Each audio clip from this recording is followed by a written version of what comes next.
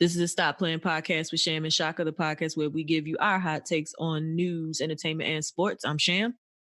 I'm Shaka. What's going on, Sham? Not much here, just trying to get all caught up. Yeah. It's been a couple weeks since we've recorded, probably mostly due to my relocating and moving and all that kind of stuff. So I would like to share with the group that I am thanking Shaka for being patient with me. Oh, you're welcome. Well, listen, I'm glad you're fully relocated. Now, I guess fully will be a stretch, right?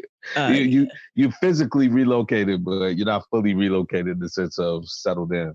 I made the mistake of assuming you were settled in. Heck no, it's gonna take weeks to be settled in. Like you go from a one-bedroom to a one-bedroom apartment to a 3-level townhome.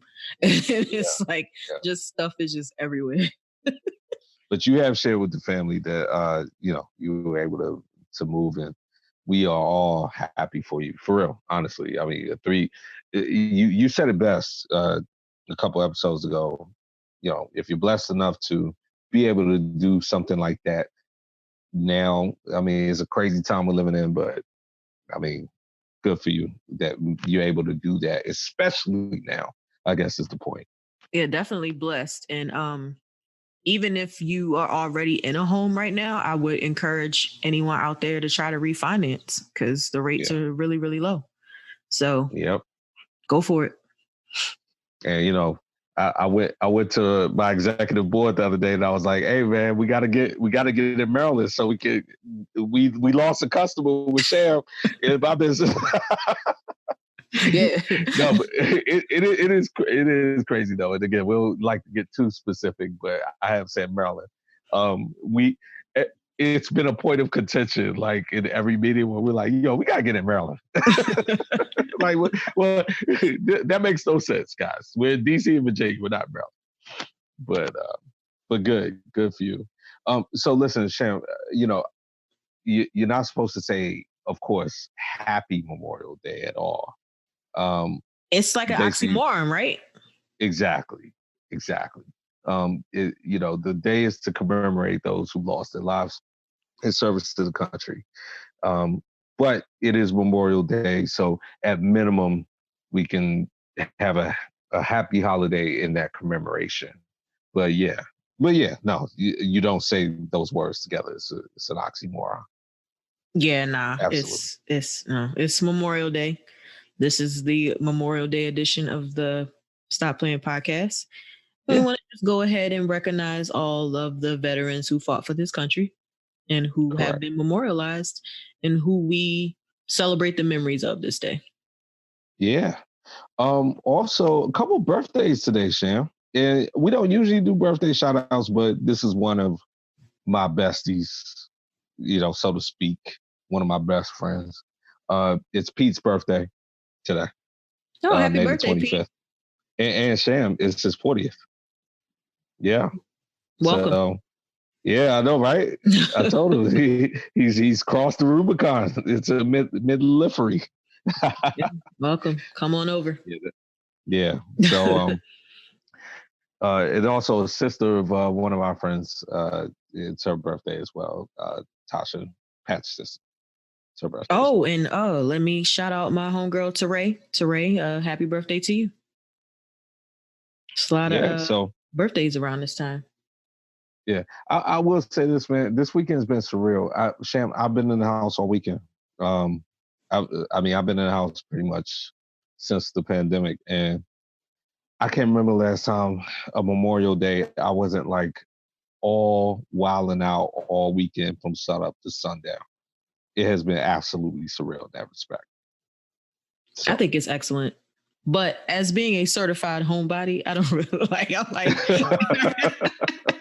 I was talking to one of my friends on the phone last week, and we were talking about that. He was like talking about how people are going stir crazy, and I was like, hey, I'm good. He was like, yeah. He's like, I thought about you. He's like, finally something for people like you. It's like, hey, I'm good.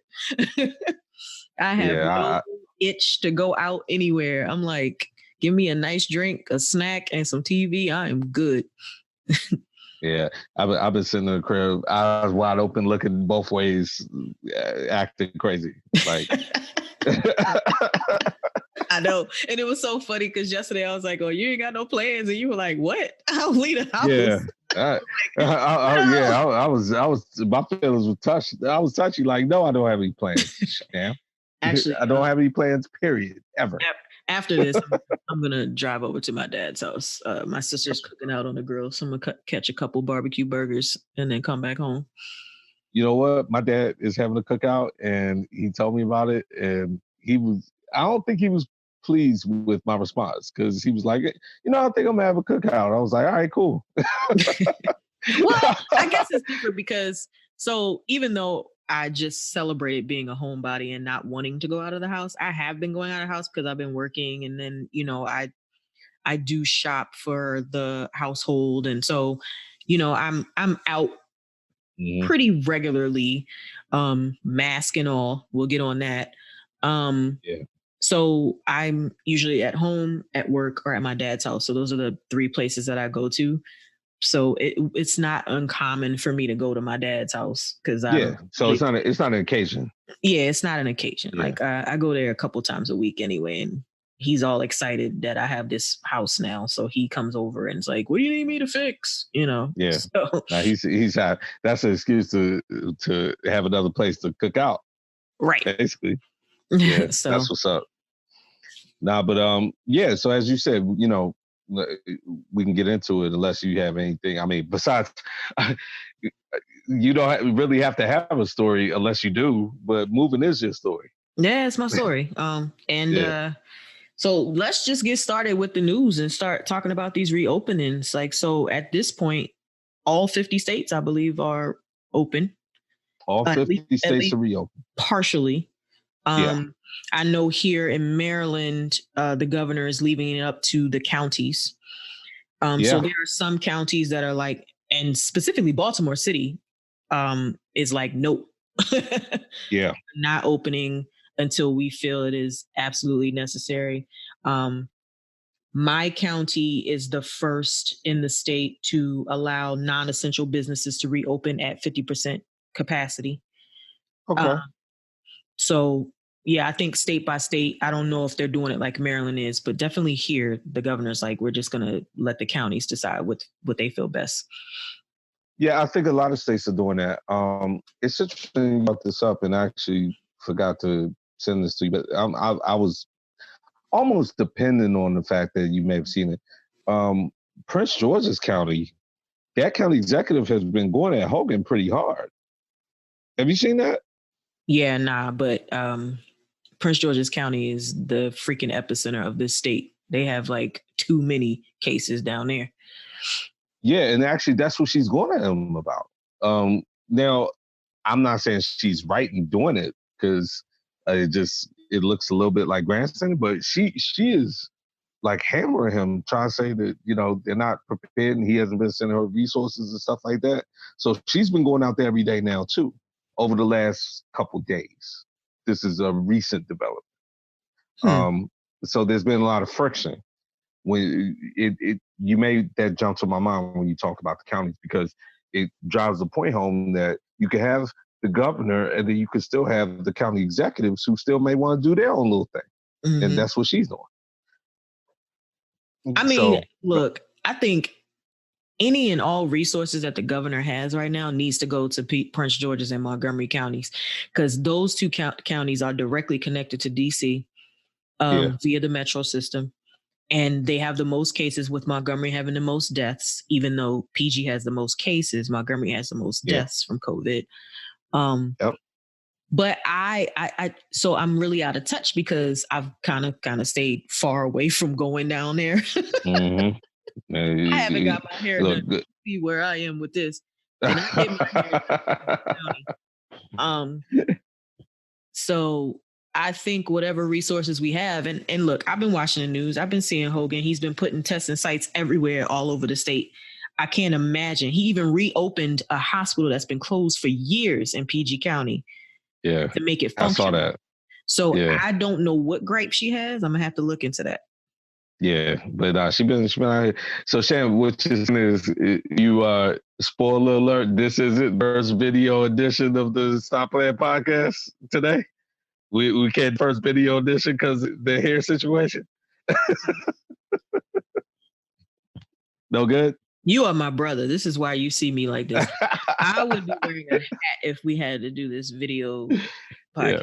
Yeah. I'd be straight up wearing a hat. Real quick before we keep going, I was on a Google Meet with my coworkers, and my boss jumps out there on the Google Meet. It's 30 people on this call, and we're in the middle of it, and he goes, Rashaka, I see you got a haircut. So you're not practicing social distancing, huh? And I was like, okay, Scott, that's his name. I was like, I cut my own hair. Like, is this appropriate right now? Like, what? Like, why isn't the first question like, "Ooh, do you cut your own hair?" Like me, I'm looking. I saw that your hair was shaped, and I'm like, "Oh, he must have cut it himself." Like, I would have never assumed. Nah, he assumed he's in a different state. So, but I will say this too. I took that as a compliment because that means I did an eye job. Yeah. Did an eye job. So I say all that to say, I was talking to my friends about it. I might need to reevaluate if I'm going to barbershop ever again. That's money down the drain. Facts. Yeah. So we'll see. And on that same subject, so, continuing on that, Memorial Day, listen, everyone says it's the unofficial start of summer. And even before we kicked off, we both have been looking at stories, sending each other stories. And we knew it. We knew it would happen, but to see the pictures still it's so disheartening, man. That everyone went to the beach. Ocean City. Jesus. Yes. And everyone went to the beach. Nobody's social distancing.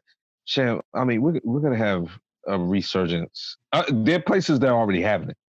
Oh, yeah. We're gonna have a resurgence in a week or two because of this. People don't know how to act. Yeah, I'm looking at Maryland like, I don't know if I want to be outside next week. Yeah. I mean, the video that you sent me last week, that story that's broken, and actually the Costco guy has gotten his props. But yeah, the guy who goes in Costco, and we had talked about this even before it happened in other places, Dollar Tree and stuff. He accosts the worker for asking him to wear a mask. That was Costco, right? That was Costco? Yeah. Mm-hmm. And talk about, I thought I woke up in a free country, or I woke up in America. Okay, so this is what the customer says to the guy because he asked him to wear a mask. And it's like, you did. You were free enough to come here. You got in your car and you drove here, and no one stopped you. Like, shut up. Yeah, comments like that make me want to drop you off in the Philippines where they take care of people like you. Like I was commenting on an article, and somebody was like, we're losing our freedoms. And somebody was like, what freedom have you lost, sir? And he was like, freedom of movement. I was like, who told you couldn't move? Who told you couldn't get up out your house, walk down the street and walk back or do whatever? No one said you couldn't move. Like, what is wrong with you people? And then don't even get me started on the ladies who are posting the signs talking about we're not slaves and got black people in muzzles on the sign. Like, I don't know. You sent me. Yeah, keep going. I don't know what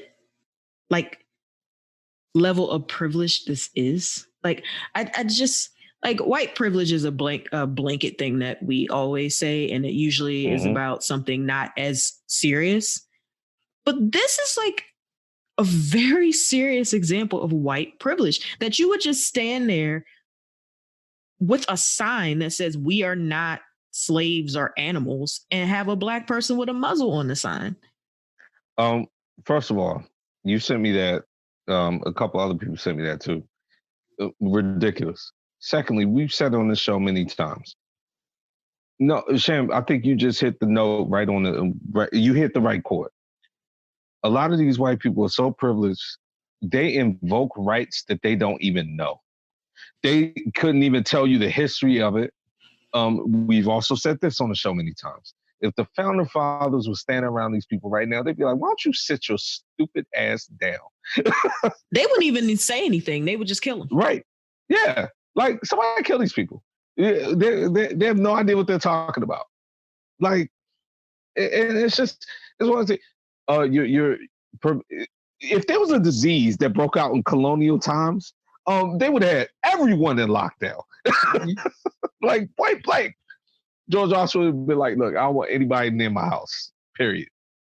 If you see somebody, take your musket out and shoot them from a quarter mile away. Done. Okay? Done. So, yeah, it's sad to see these workers, we've said it a couple of times, get accosted at these stores because it's already a burden for them to be out. Yes, they're happy to be working, and we understand that. But at the same time, they did not sign up to, on top of having to go to work and be around all these people in the first place, getting accosted by them. Oh, did you see the one where the guy went home and came back and killed the security guard? We talked about it. We talked about that one when they went home, where the black couple went home and came back. Dollar Tree. Yeah, we talked about it. Yeah, and I want them to fry the hell out of her husband, and the son. Yeah, that was crazy. Yeah, absolutely crazy. And to your point, so we can just lay this at the burden of, white privilege. Those were black people that did that. Yeah, they were black. But I will say this: the majority of the protesters I've seen on television from city to city have been white. Yep. And the photos that I see of people out in beaches and on boardwalks and just being real ignorant and just blatantly out there have been white. Yep. Now, I won't say that our black people aren't doing ridiculous things as well. You said majority. That was the right word, because we are out there doing the same. Listen, Shan, we've talked about the party in Chicago. We've talked about, we out here tripping too. The black people, we talked about the people in the mall waiting on the Jordans. Exactly. We're out here tripping just as hard. We just out here tripping. Everybody's tripping. Everybody's tripping. I will say that some of us have taken this whole civil liberty thing to a level that is just doesn't need to be at. Hey, Sham, early candidate for the name of this episode, Everybody's Tripping. That's an early candidate. I was thinking it would be called Save the Last Dance for obvious reasons. Yeah, because that's your favorite movie, number one. and it ties into another story we'll talk about. But that it's a tight. Maybe we'll have a photo finish. We'll see. So another thing that's been kind of on the forefront of the whole pandemic of some of the things that people are missing out on, and a lot of those things have been, two of the main things have been proms and graduations. Mm-hmm. Mm-hmm. So the graduation thing, to me, I'm like, maybe I say this because I've already done it, but to me, I'm like, I wouldn't even care. I would just be like, yo, give me my diploma, I'm good. But there are a lot of people who, they like the tradition and they like the ceremony of things and they don't want to miss out on them.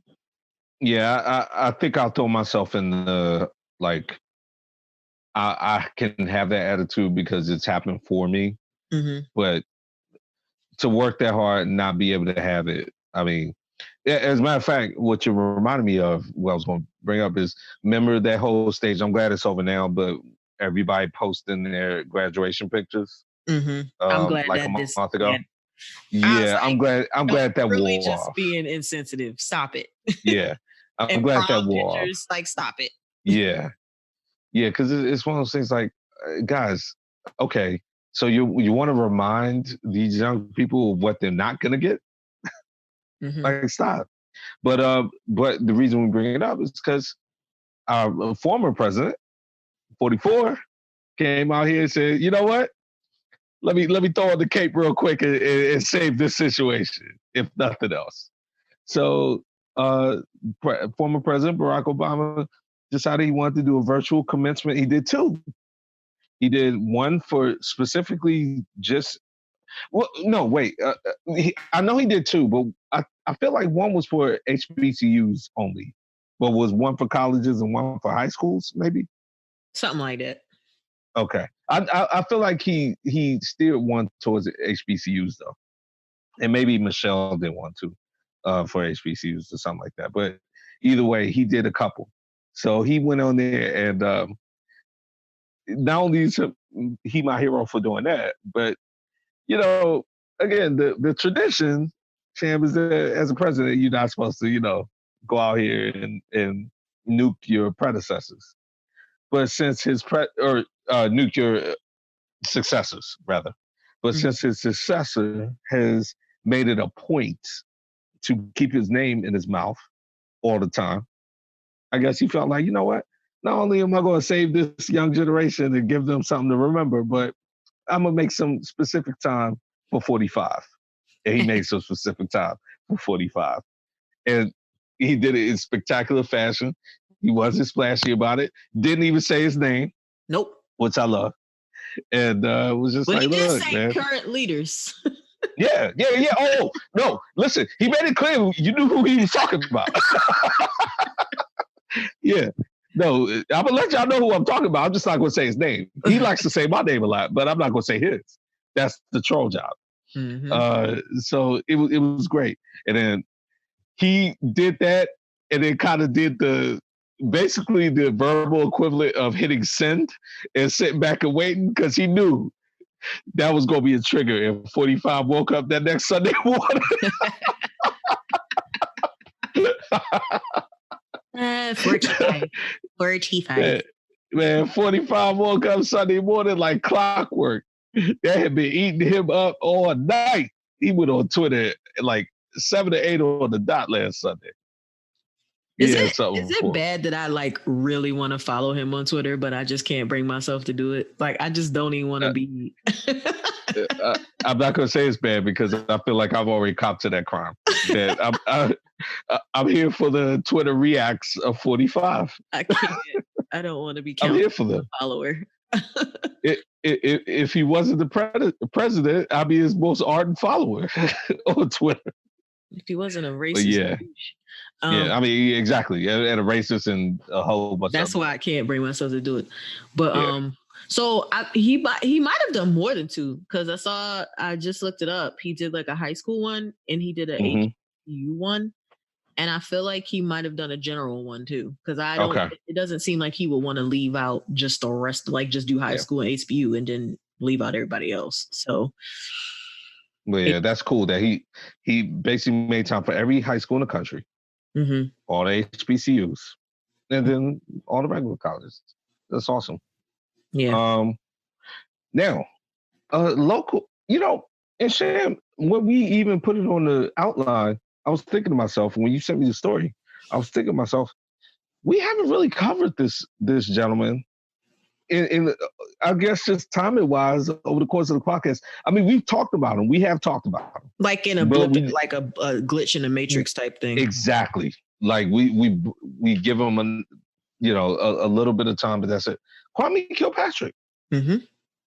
Look, we talked about Andrew Gillum and Kwame Kilpatrick. So if you'd like to lay this out, please. So they're thinking about releasing Kwame Kilpatrick. Yeah. So Kwame,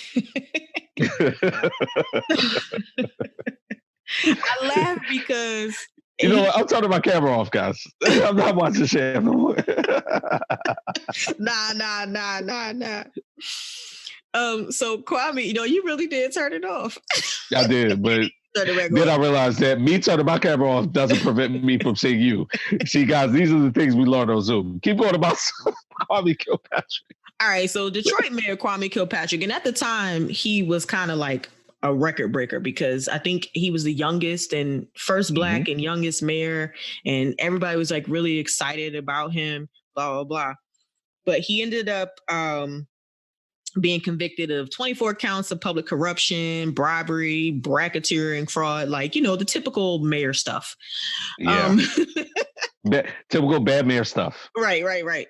And so he was originally scheduled to be released in 2037, but he's going to be free 21 years earlier. And he has to thank COVID for this. Like, COVID is getting people with nonviolent crimes out of jail. Getting people out of jail so fast. But Was Kwame involved? Oh, no. Let's not even throw him in that because that's a whole different city. So I'm not even gonna bring that. Were you about to talk about Flint? Yeah. No, which he I wasn't. which I really shouldn't even be talking about, to be honest. And honestly, I mean, because I just wanted to say this one thing. I felt like Kwame Kilpatrick's sentence was entirely inappropriate. Oh, it was. Yeah, it was. It was disproportional 2037. What he did. Nah. Yeah. Like you would have thought he killed somebody. Like, he got what are we talking about? Yes. Yes. It's one of those things like, why did he get that much time? Now, granted, Kwame Kilpatrick was tripping. Let's not get that twisted. Yeah, he was tripping. But like that's why I say, man, COVID is a huge curse, but it's been a blessing for some. Yes, it has.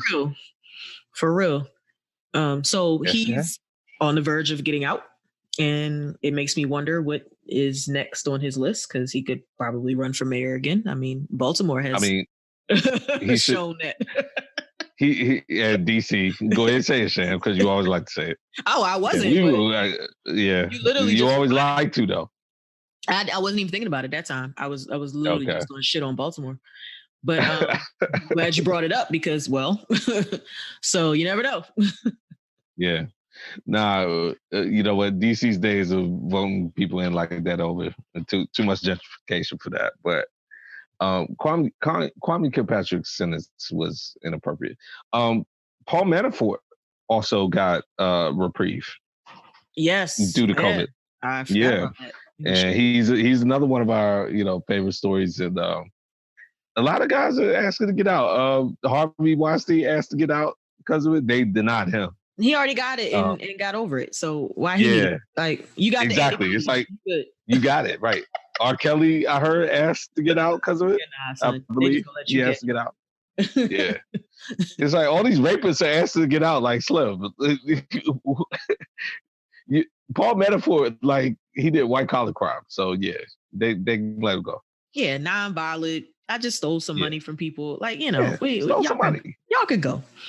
Okay, with that, right? But again, with Harvey Weinstein, you got the COVID, you survived the COVID, you got the antibody, you're good. Stay your ass in jail.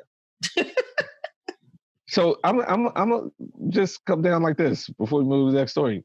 I hope they let Kwame Kilpatrick out, man. I'm like you. I don't necessarily want him to get back into politics, but I did feel his sentencing was disproportionate. Yeah, he's good. Yeah, I mean, go ahead and let him out. Exactly. All right. So, on to some more serious news. Ahmaud Arbery, what we knew would happen did happen. He, the especially right wing leaning media is trying to villainize him. Yep. So a new tape has come out of him getting tased and arrested 3 years ago, and it's one of those things like, okay, I don't care if he got arrested every single day leading up to that point for a whole bunch of crimes and getting tased, and I don't care what happened. That has nothing to do with two civilians walking up to him and killing him. Exactly. For no reason. So you can do whatever you want. Now we have and now we have more details like, okay, so the man he wasn't burglarizing anything. The man went through to essentially not even an open house, which would have been legal also, but a site where a house was being built. And I know people, white, black, red, green, say it all the time. Oh, yeah, if I see a house in my neighborhood get ready to get built, if I'm bored and I'm walking through, I'll walk through there. Yeah, and whatever. And first of all, I'm going to need folks to realize that the definition of burglary has to be a home that someone is dwelling in.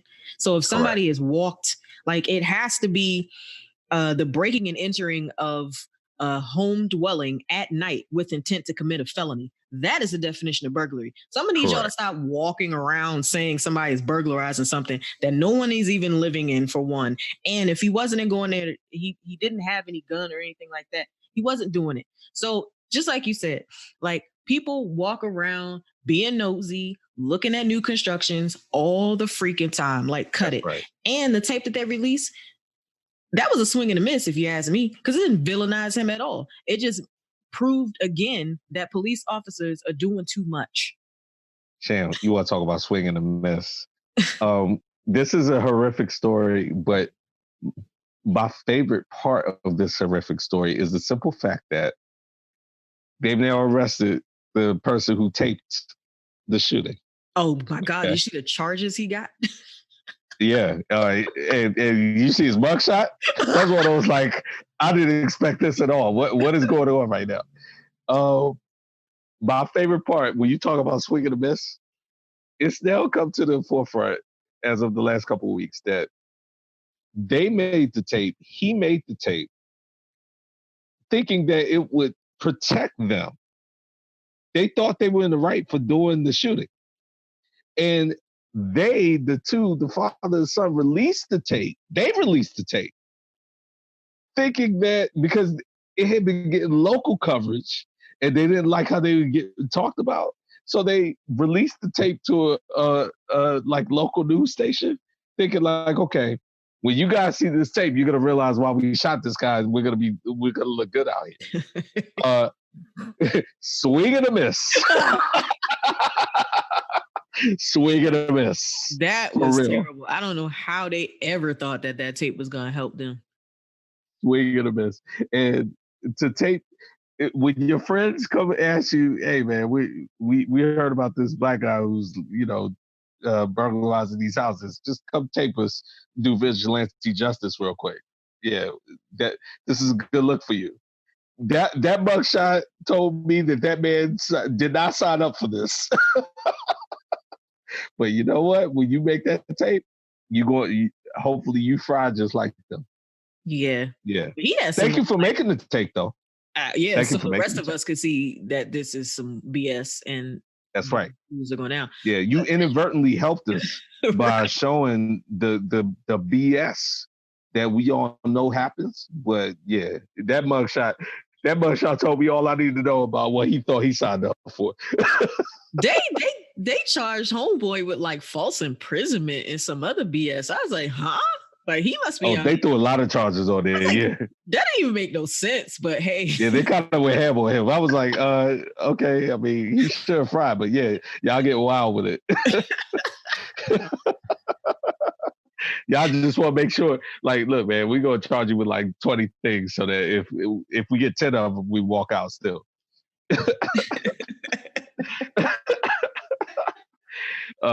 But yeah, so I mean, I'm glad we could laugh about something. I mean, it we all know what happened to Ahmaud Arbery is horrific. So we'll see how this plays out, but it just gets worse. The only other thing I'll say about that real quick, Candace, whatever the black conservative young lady, Candace, I forget her last name, but she's I don't know.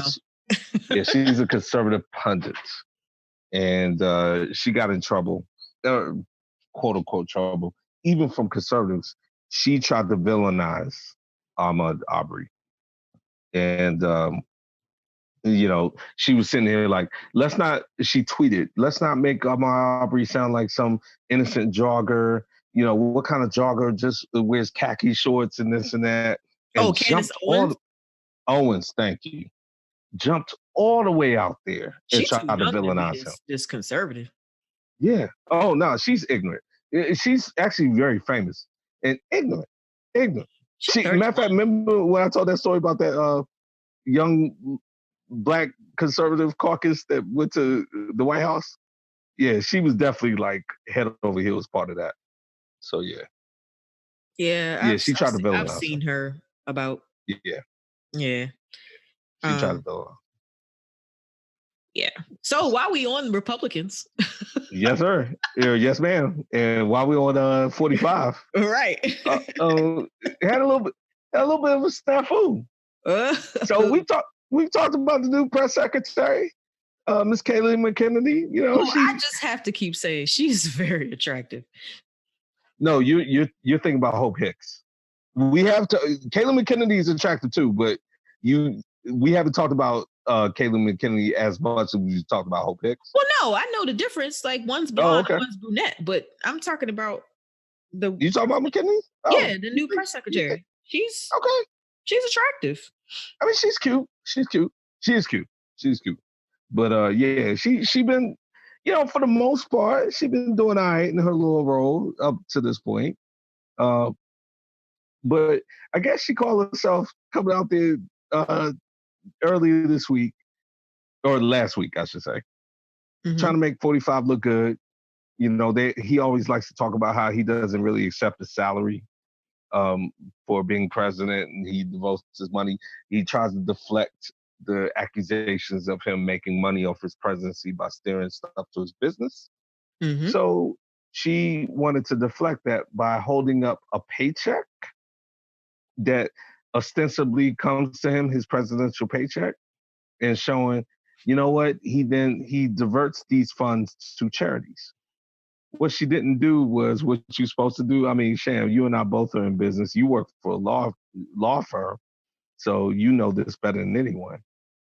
First of all, you're never ever supposed to hold up something that personal in public or even virtually without redacting the information and or yes. Yeah. She held up that man's check. They showed his bank account number, his name, this institution, which will be Capital One. So, okay, Cap One. Now they got to come out with something, I guess. No, they got to close that account. Yeah, you got to close that account. Immediately. But yeah, they showed the routing number. So we know it's branch. It's like, ma'am, you're the press secretary. You didn't clear that before you came out there on the podium and held that up there. But yeah, I just thought that was funny. That's where we're at with it. But you know what, Sham? At least she's holding the press conferences. I will say that. Because the last one never held a single one. Stephanie Graham holds the record for least amount of press conferences held by the press secretary. Which, by my count, was 0. I was about to say, and no one will ever break that record. She made sure she will always have that record. Grand opening, grand closing. But I just thought that was funny though. But we haven't so coronavirus press conferences, they've been intermittent. So he didn't completely quit them, but he did they've been intermittent, and his presence at them has been intermittent. But man, he showed up at some. Like 45 has come up at the last one or two, and apparently he told everybody he was taking medicine. He was taking hydroxychloroquine. Well, he's taking a malaria drug.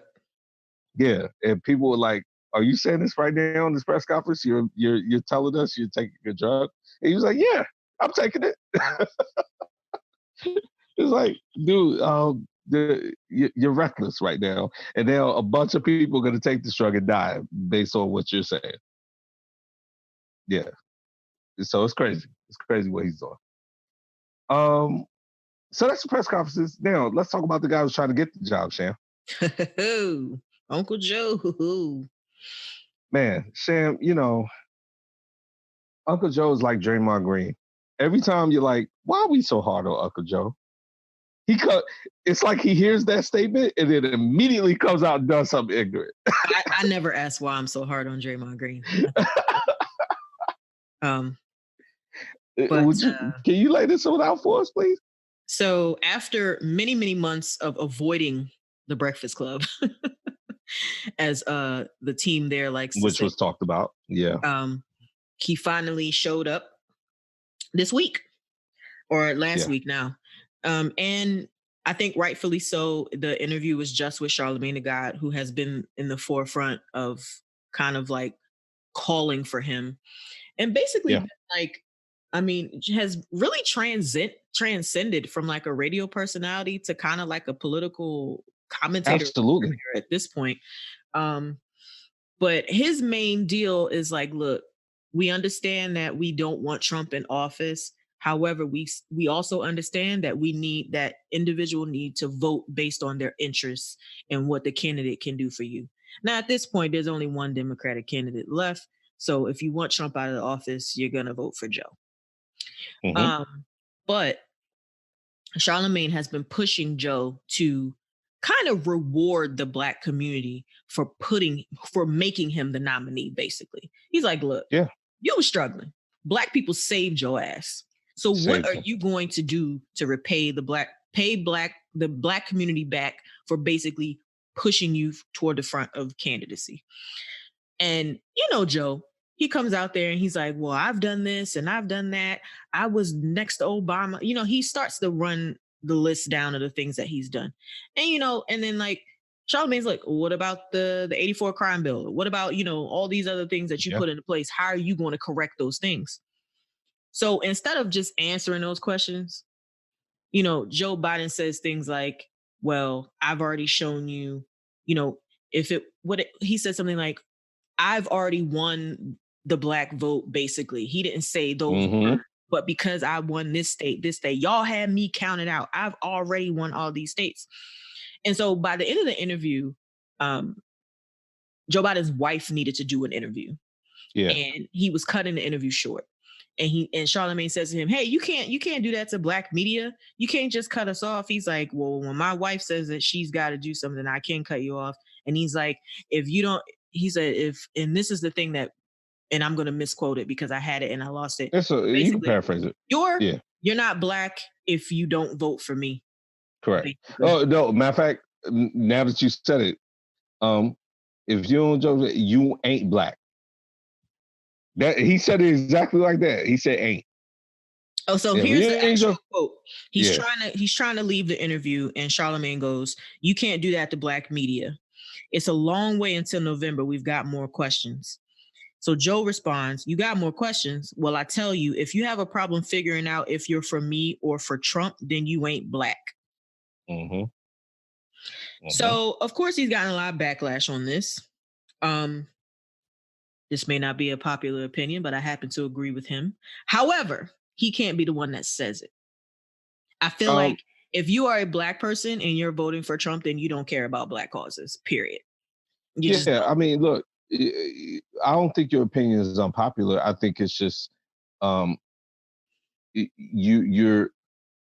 it's unpopular to make it public. There are a lot of people who don't want to say it out loud. But I agree with you. Listen, the man made a joke. It was a horrible joke. And you and I feel like on this podcast especially, we have the space to say all day, we know what Uncle Joe's capable of. He's fully capable of a gaffe like this.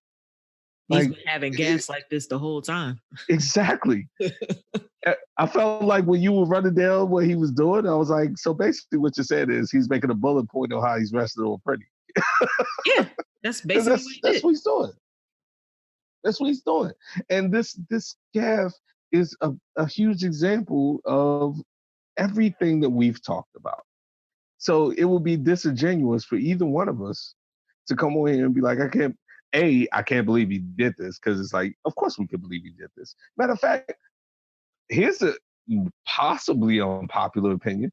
Remember when he said that whole thing about, well, poor black kids in schools or whatever he said? I felt like that comment was worse than this. Yeah, it was worse. Honestly. It was worse. At least there's a little truth to this statement. Right. I felt like that comment was way worse, because he was like, I know smart kids and I know black kids, or whatever that comment was. Yeah, that was terrible. But it's one of those things like, okay. Now, actually, I want to circle back to something about Charlamagne. You're absolutely right. As you were talking, I was thinking about this, and it probably didn't help that I watched Meet the Press yesterday and want to throw my remote like I always do. Charlamagne, outside of maybe Jake Tapper, like I've always talked about, he's transcended that show in terms of, or transcended Breakfast Club and radio, I should say, in terms of his political chops. We talked about on this show, if you didn't come on Breakfast Club, you can't expect to be taken seriously as a candidate, especially amongst minorities. And the kind of questions Charlamagne was asking, Andrew Yang, I feel like sprungboard his candidacy and went a long way for his candidacy by talking about reparations on Breakfast Club. And that's one example. But there were a lot of examples where a candidate went on Breakfast Club and either explained their position better or kind of reached a lot more people than they would have reached. So yeah, and that's because of Charlamagne's kind of depth, and that's why he's asked to get on CNN and all that kind of stuff. So yeah, I agree with you. I agree with you wholeheartedly. Yeah, Uncle Joe, calm down. Yeah, and of course he apologized and was like, "I said it in jest, and I am in no way equipped to determine what makes a black person, basically." But again, him resting on pretty, not having the answers, basically did not answer one question Charlamagne asked. So back at square one. And a lot of he's gotten a lot of backlash for this, and not horrible backlash. Yeah, Charlamagne has gotten horrible backlash. Oh, okay. Because people feel like because he's so coming hard at Joe Biden with these questions that they think he's now a Trump supporter. Like he's trying to make Joe Biden look bad. And yeah, it's been bad. I've been on Instagram reading a lot of the comments. Like people are like really like acting like Charlamagne's trying to make is like some type of I don't know, plant for Trump to make Joe Biden look bad. It's the conspiracy theorists. But man, I think people twist their minds up. Exactly. Like just because somebody wants to hold you accountable doesn't mean that they are against you. They want you to show, he wants you to show the Black community what you are going to do for us if we put you in the seat. And that is a very viable question. I don't have a problem with Charlamagne asking him legitimate questions about his record. Like, what are we talking about? But I do find it interesting that he did commit to putting a minority female on the Supreme Court if given the opportunity. And that he's also committed to having a female running mate, which I was about to say, he's making a lot of commitments. Where are we at with the running mate? But it's funny because we talked about Stacey Abrams. You don't like her. I don't like the way she I will say that. And Kamala Harris has been brought up a lot. But, I think back to the debates when he didn't even regard Kamala Harris as being a freaking senator in the Senate. Oh, he sure didn't. So I'm like, how in the world? I like to remember that as the I'm standing right here moment. Like, how is that even going to work? So I worked with the only Black senator ever, except me. I'm standing right here. Hello, sir. Think you're there. Hello, sir. I can't even in good I can't. That ticket would not work for me personally because that whole thing. Oh, you don't think that would work? Biden Harris? Nah, not after all of that. Nah. First of all, I mean, on a petty level, you came for Kamala Harris's hair and her demeanor. You don't respect her. Oh, you respect her, but you came for her hair. Yeah, you went out your way to talk about her hair. She is not her hair, but her hair was looking like mine, like right now. Like you paying a lot of money on the campaign trail. Your hair shouldn't be looking dry. Oh man, I set that up for myself just to laugh because it makes me ecstatic how you talk about her hair. But all right, I just think that people didn't really react to her positively during her whole campaign. Obviously the hair thing is not important. Yeah, no, that's not important. But people did not react to her positively because of her prosecutorial days in California. So, well, see, I feel I agree with you.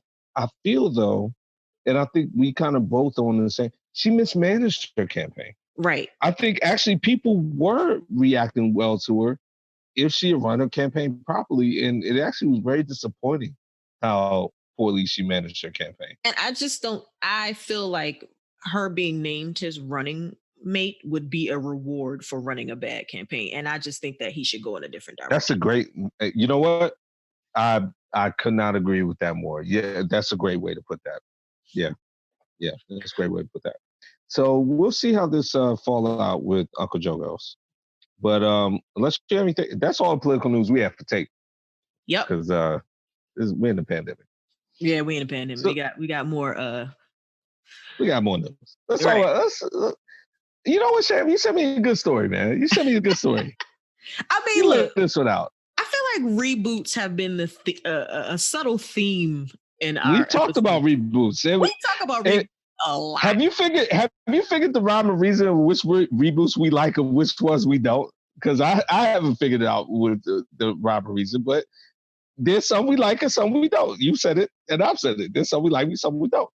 Yeah, I'm still really excited about the Punky Brewster reboot. Like I'm like really sitting on edge waiting for Peacock to release that. Yeah. But the one that we're talking about today is Don't Tell Mom the Babysitter's Dead. And I just learned the other day that there's going to be a reboot. Now, we've both talked about how much we both love Christina Applegate. Yes. So I would find it very hard to see anybody in that role. But the one that the reboot that they're talking about is going to be more diverse, they say. So it's going to be like, more real, I suppose. I mean, yeah, I was about to say diversity wasn't really, I'm not going to say it wasn't the problem, but the point is making it more diverse is going to answer the realism question. Right. Realistic as far as the faces. Yeah. On Christina Applegate real quick. They've been running Married with Children. I mean, they've been running all old shows on all the networks. And man, Kelly Bundy was just she was a knockout, man. She was a smoke for real. Like, yeah, she was very attractive. I just don't. Oh, she just didn't age very well. But she also had breast cancer, which she survived. Mm-hmm. Double mastectomy. Double mastectomy. Yeah. But around the eyes, she just didn't. Yeah, all right. Yeah. Fellas was watching Kelly Bundy, like, yeah, I could work with that. But I'm excited about Don't Tell Mom. Actually, I was hoping maybe Christina Applegate would have some involvement in it. So maybe like a production level. Well, she seems to think that it's not actually gonna happen. But yeah. There's a lot of people saying that so Bill Woodruff, who directed Honey and did a lot of the music videos in the 90s. Like I specifically remember Billy Woodruff doing You're Making Me High by Toni Braxton. Is attached to the remake. Okay. And by diverse, they're thinking that it's going to be like more urban. So okay. Black. Yeah. Code. That's code word. Yeah, pretty much. So, I'm curious. Now I'm more curious based on that information. Yeah, I need to see like a trailer or something before I commit. Because or not commit.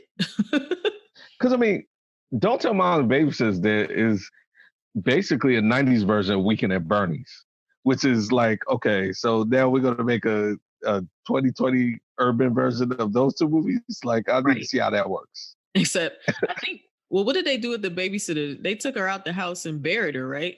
They buried her, yeah. Then they kind of, So I'm very loose with that. Right, yeah, because they carried Bernie's dead ass around everywhere. And walked around with him. Twice. Yo, I'm so glad I grew up when I grew up. Like, it's one of those things, like, how can you even describe to your children a movie like Weekend at Bernie's? And the fact that it was a hit, and the fact that it had a sequel.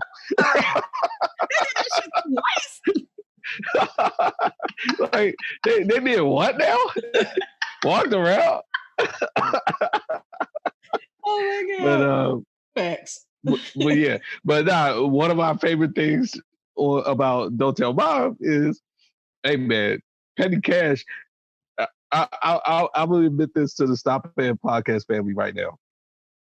Once I saw that movie, it was my goal in life to get an office job so I could take petty cash. Oh my God. Jesus. I was like, oh, you can just get money like that? Okay. Shoot, I don't even know if my office has petty cash. I think we do. No. By the time I said that was my dream. By the time I actually got to an office, like, I understood that even if they had it, that wasn't an option. No, you don't do that. I think we do have it though. It's just like for random stuff. Like if we need to go to Yeah. the courthouse and we don't have like change to get copies or something, like we use it. Well, the thing I liked about that movie is they took the literal version of petty cash. Like they had cash in a box. Yeah. She took the money. And they had a lot of money in their petty cash. Like, Yes. I don't know. They were balling. Right. Yeah. I don't think you're supposed to have more than like $50 in petty cash. She had hundreds. Right. It was actually a safe deposit box. It was like, come on, man. Come on, y'all. I'm right on top of that, Rose. Yeah. I would take some petty cash and go out and like buy some clothes. Like, all right. She threw a whole a fashion show in the backyard with petty cash. Like with petty cash, yes. Yeah, you're supposed to do that. But anyway, I like that story. All right, so I wouldn't call this a reboot, right? Moving on to the next entertainment story. But this is something that's been talked about amongst especially comic book movie heads such as myself. Now, we talked a lot about Marvel. In DC's mismanaged most of their product, period. But one of the sort of, you said, well, oh yeah, their movies. The shows do good with the shows. Correct. Yeah. Wonder Woman was an excellent movie. So yes, it was. I won't but yeah. And actually, Wonder Woman, that's one of the unfortunate postponements of the pandemic because it was scheduled to come out. Matter of fact, probably around now. I think it was Memorial weekend. Wonder Woman 84 was the name of the movie sequel. Yeah. But so DC's been just mismanaged and stuff.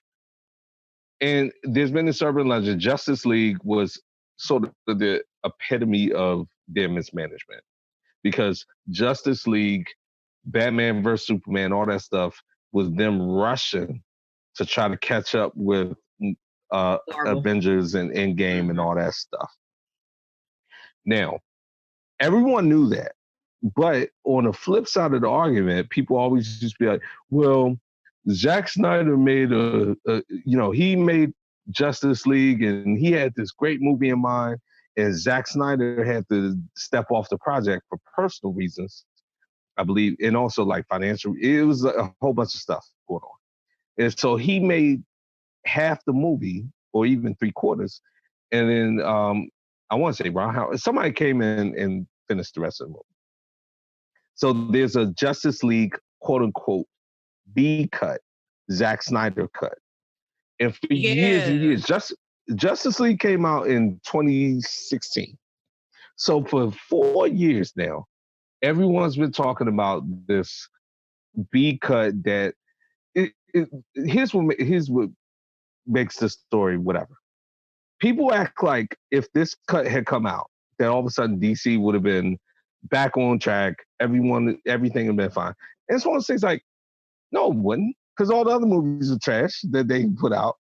This movie wouldn't, even if it wouldn't have been as bad as it ended up being, it still wouldn't have been good because DC did a horrible job setting it up. But it's gonna come out. Sham, the only other part about this story that's like whatever is they're releasing it on HBO Max. So my gratuitous mention. But the point being, why would you not release this movie like for the general public? You're releasing it on HBO Max. So if you don't have HBO Max, you can't get the movie? Well, I'm glad you brought that up because if you hadn't, I was going to say that. And HBO Max is actually, you can get it starting May 27th. Right. But the Justice League, the Snyder Cut will not be released on HBO Max until January 2021. Right. Which makes no sense because hopefully by then you would be able to go to a theater and watch a movie. My only thought about this is that because it's a B cut and the actual Justice League movie has already come out, there is some type of contract issue that prohibits it from being placed in the theaters. But the way that they're doing this is they're doing it in 6 chapters.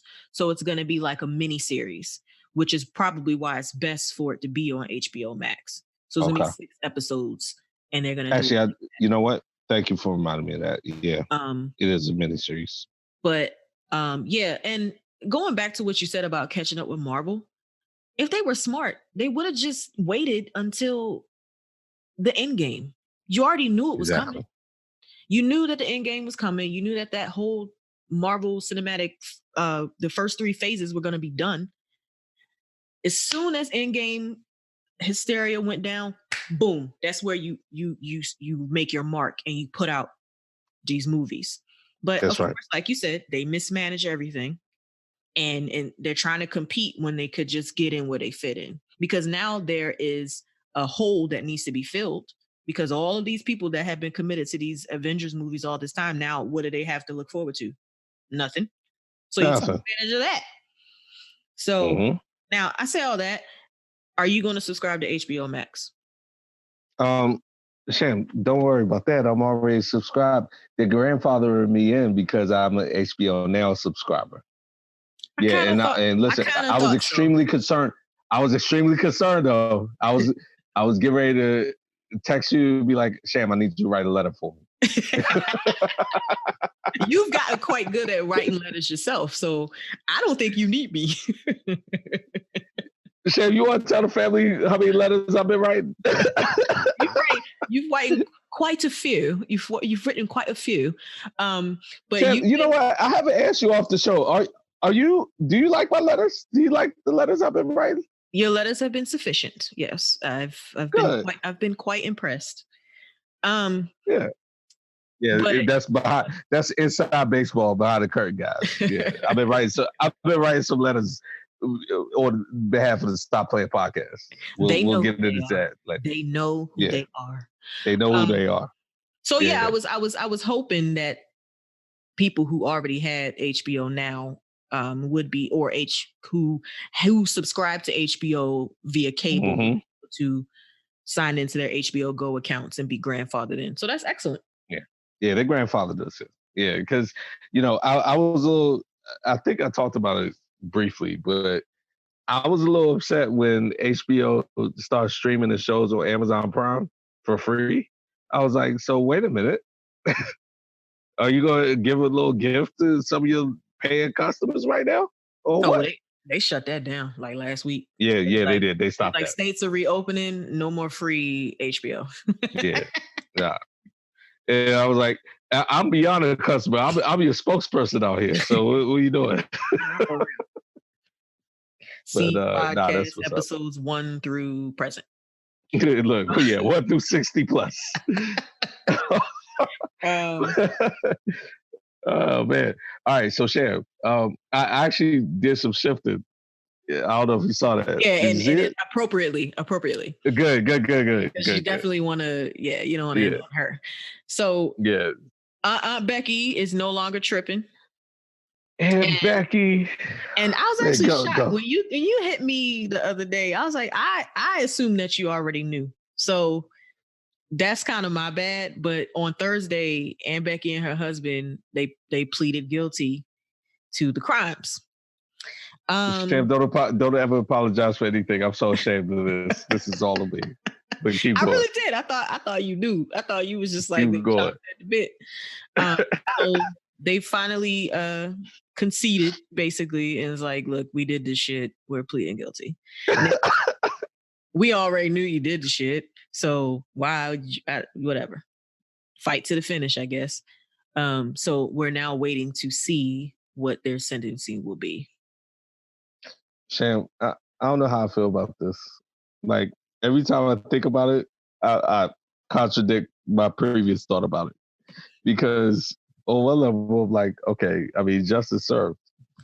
But on another level, Aunt Becky was tripping so hard about this that I wanted this to play out to its conclusion, man. Like, I wanted her to come up in court and all that. So I told my boys the other day, I said, listen, I guess information that's come out now about the plea is that the husband will get 5 months and Becky gonna get 2 months. So that's the sentencing, I think, is next week. Well, they're saying now that they may not even get sentenced at all because of COVID. So They may be. Well, I mean, you mean not like, but they're gonna eventually get. Oh, you mean like they're not gonna go to jail? Yeah, that's kind of like the theory now, that they're not even gonna go to jail because of COVID. They may just get like house arrest. I mean, if Aunt Becky don't go to jail, she is a gangster. So okay, look, I was of the. So what I was about to say, real quick, is that I felt like Aunt Becky should have to stand up in that courtroom and say line by line the allocution should be publicized and televised like the OJ damn trial, the way Aunt Becky was out here acting. Mm-hmm. And if they just let her go quietly and go in there and make a little statement and slip off, and she don't even have to go to jail. Oh nah, And on the other level, I was sad because Aunt Becky was one of my favorite stories ever. Yeah, it's sad that Aunt it's Becky was one of my favorite. Yeah. She's actually gonna pay $150,000 fine, and she's gonna be on 2 years of supervised release and 100 hours of community service. So they say these are the terms of the plea agreement that they signed, with the 2 months and the 5 months, respectively. But the actual sentence is not till August 21st. So okay. So I had my date wrong on that. All right. Well, let me say it like this: how much supervised, or how much probation? 2 years of supervised release. Doesn't say anything about probation, but that usually comes with the sentence. I'll put it like this: supervised release and community service. All she has to do is just go to work at Hallmark, and that covers all of that. Community service and all that. I mean, she gonna get that job back. And Becky's proven that I guess she can do whatever the hell she wants. Pretty much. Felicity, if I was Felicity Huffman, I'd be flipping the table over right now. I had to go to jail, even if it was for a week. I don't care. This chick was tripping way more than I was. Really tripping. Like, Felicity Huffman was like, yeah, you got me. I did it. Yes. Let's get straight to the point. Yeah. Yes. So, yeah, listeners, I was ashamed. That had to be brought to my attention. And Becky's plea agreement went way under my radar. Sham, if you had a camera on me, I would, for the sake of entertainment, will want the Stop Playing podcast to see my reaction when I was just sitting there and found out Aunt Becky pled guilty 2 days ago, and I didn't know about it for 48 plus hours. I was like, I thought you knew. Yeah, even my text to you was like, wait a minute. Aunt Becky out here pleading guilty? But yeah. So she pled guilty. I mean, she knew what she did, man. Aunt Becky was tripping. But man, she's sexy though. They show her walking the court. I was like, man, you know what? Aunt Becky, you more sexy the way you acted. You're just a lush box. But yeah, so we'll see. We'll see how she. It's true. We'll see how this plays out. Yeah, we love crazy. So Sham. Yes. We have a common show again. Yay. And I was lagging behind, but I caught up. You passed me for a second. Oh yeah? Oh yeah. We're here now. So did you see last night? So now you're back past me because I did not see last night. Damn it, that's important. I know, I'm tripping. So okay, we're talking about Insecure, guys. Damn, yeah, that's my fault. Because I'm pretty sure last night was the May the 24th. What would that be? Episode 6, I guess? 7. It was episode 7. 7? Okay. They're doing 10 this year. They normally do 8. Okay, cool. Dang, a lot of things I was going to say was riding on the fact that you saw. It was based on last night. Damn, my fault. But it's fine. We can go up until that point. So well, I think the big thing that everybody's been talking about is Molly and Issa, and their friendship. So when we left off last season, Issa was kind of in changing jobs. She decided to do this block party. So basically the first 6 episodes are about her getting this block party nailed down. And in the midst of planning this block party, I think some of part of her relationship with Molly had been falling by the wayside. And Mhm. I didn't understand that, because when we started the season, they seemed like they were solid. They were doing their Sunday thing where they would like chill Yeah. all day and all that kind of stuff. And then out of nowhere, you just saw Molly's attitude just kind of change. Like she just started coming for Issa. Like, Yeah. so I've decided that Molly wants her friendship with Issa to be on her terms, like the way she sees it. Like, only if she is not busy or if she doesn't have a lot of work to do, only if Issa seems productive, only if it's all these like caveats to be her friend. So it's like now that Issa is involved in some things and she's doing stuff positively in life and she doesn't really need her as much, she's like shitting on Issa's life. But the one time that Issa actually needed her, she carried her throughout this whole process. So, okay, let's ask a couple questions. Well, before I ask you a question, let me say this. So, I want to treat Insecure like we treated Power, and as we progress through it, we can break down specific stuff. But overall, I want to give it a thing about Insecure. I think Issa Rae is very talented as a writer. I think she's extremely talented, actually. And you and I talked about the photograph. We talked about on the show, The Photograph. Is that what that movie's called? With her The and Photograph. Homeboy. Mm-hmm. Yeah, and as an actress, so outside of her zone. But I think, if nothing else, what you just talked about this season shows I think she nailed a lane in terms of identifying like aspects of relationships and friendships where it's like something's wrong, but you can't put your finger on it. She nailed the hell out of that with her and Molly. Mm-hmm. Where it's like, for whatever reason, Molly's tripping, or whoever, however you want to come down on that. I don't know how funny Insecure is.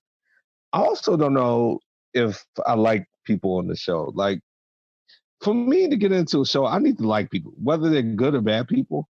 I need to like them. I don't really like a lot of people Insecure at all. Matter of fact, I don't like any of them. Like, I like Glendola. Is her name Glendola? You mean the one person who like had a pit stop in the show and is gone? No, she's not gone. I'm talking about the chick who her ex is talking to.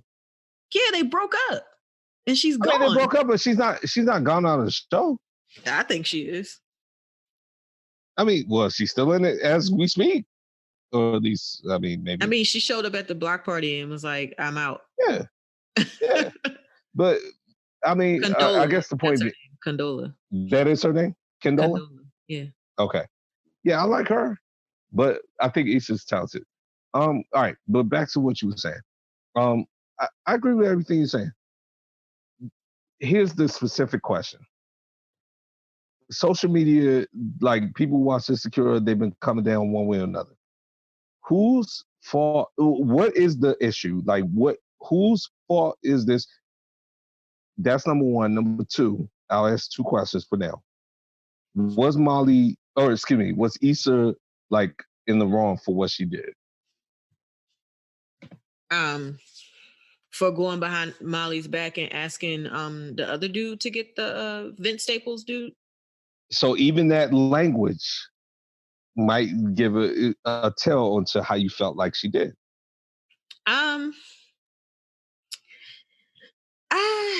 It's kind of, I don't know if I feel like she's wrong or not.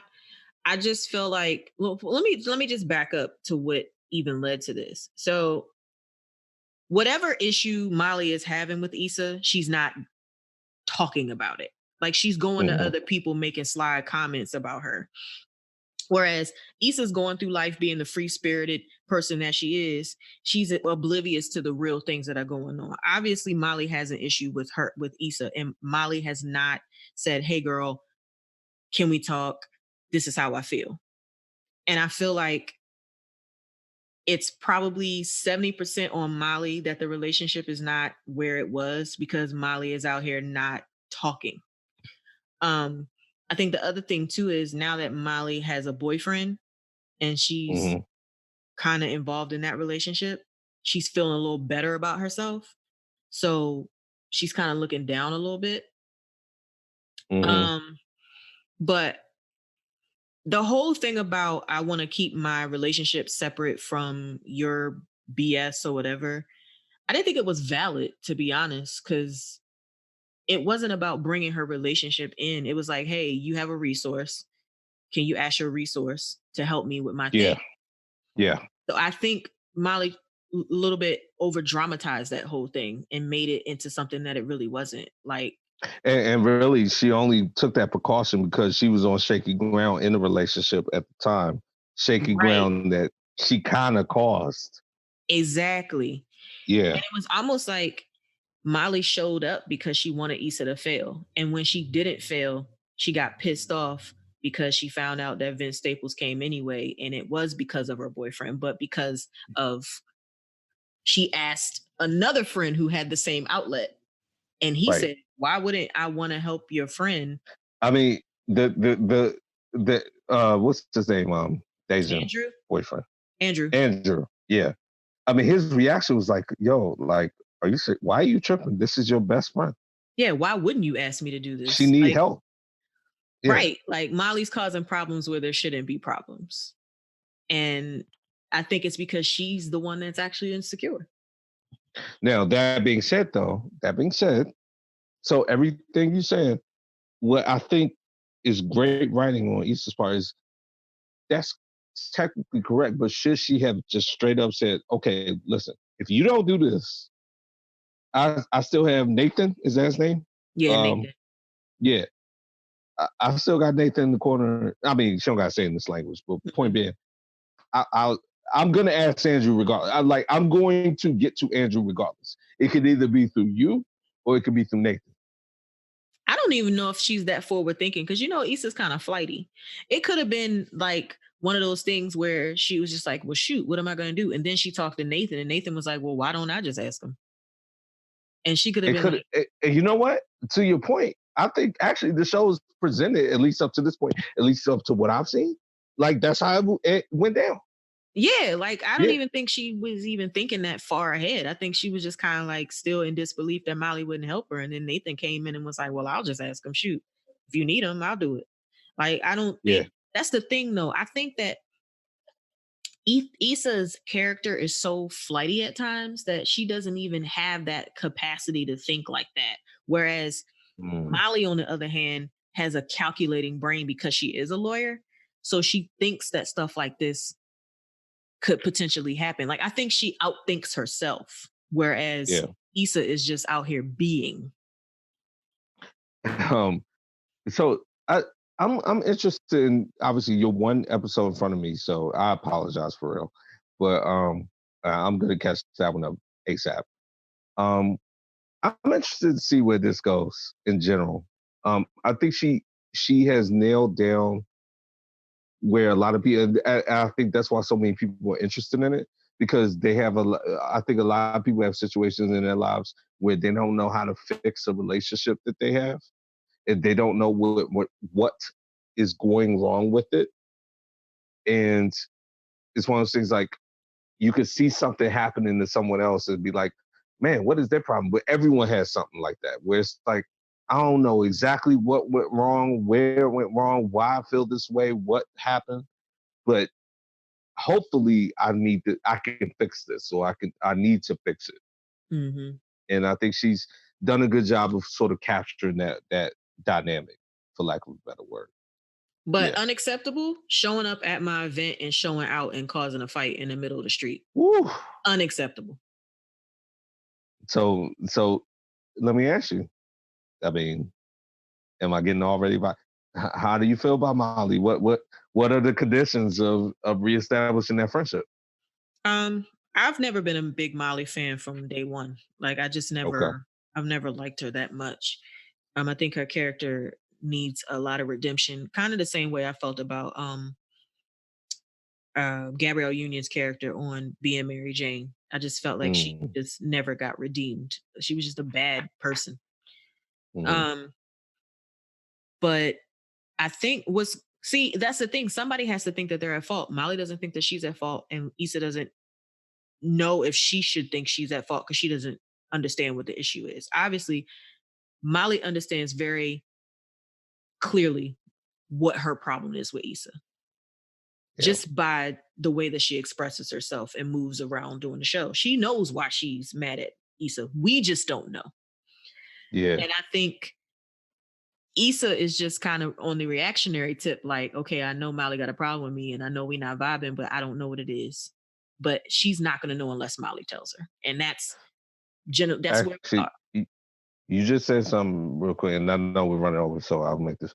Um, I think the Thanksgiving episode was good because, to your point, we don't know exactly what's up with Molly, but I think that episode did a good job because you had a brother coming to like, yo, you're going through some internal stuff, and you're like basically just spraying everybody else with it. Mm-hmm. You know what I'm saying? Like whatever's happening inside your own head, it's manifested. That's the word I want to say. It's manifested itself in all your relationships and like with your dude, whoever, your family, all of that. So I think, like I said, I have a lot of respect for Issa um, as a writer because I think she's done a good job of um, sort of putting on paper what a lot of people can't put their finger on and Right. stuff. Oh, Yeah, last so thing before good. we move on. What do you think about the girls from PG County that straight? I was about to say, no, me and you on the same page. I was like, we can't get off the subject without talking about. So, man, she didn't cover the DMV in glory, did she?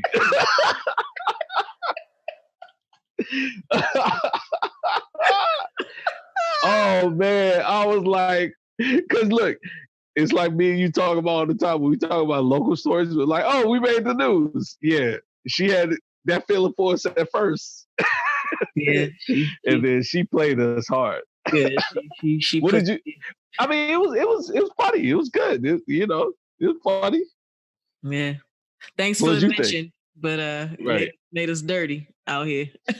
And she got real specific too. I was like, man, she had a consultant on there from around the way. She was naming counties. She was naming places. I was like, okay. She did her research. I feel like one of those women. I mean, all of them have been in stuff, but one of them had been on a sitcom. Yeah, Kyla Pratt. Okay. She Yeah. was on In Love and Basketball. Was on One on One. Thank you. One on One. Thank you. Yeah, that's who I know her from. With Flex. She's pretty. Yeah. Yeah. I don't I know always why, liked her, but by the lots way. of people always said that she looked like me. I don't know. I don't see it, but people have said that to me over the years. I see it. I can see it. It's a compliment. I mean, I'll put it this way. Yeah. I mean, she's a cute girl, but I just don't think she looks like me. Like whether she was attractive or now, not, listen, I just don't think she if I was you, I'm glad. Yeah, we want to be associated with her based on that last representation because she was ratchet that episode, but yeah. But you yeah, ready to move on to some sports? Always. Let's go. All right. So unfortunately, not a lot of sports to move on to, right? So this is real quick. We just have to mention it. So NHL canceled. NBA actually not canceled. Nah, they trying to do the they're stealing Ice Cube's idea. Mm-hmm. And he was at the Breakfast Club talking about how the NBA just steals his ideas. I love Ice Cube for that. Yo, they try to stick by it there. Like, yeah, I've been talking about this. Just play empty space, whatever. Yep.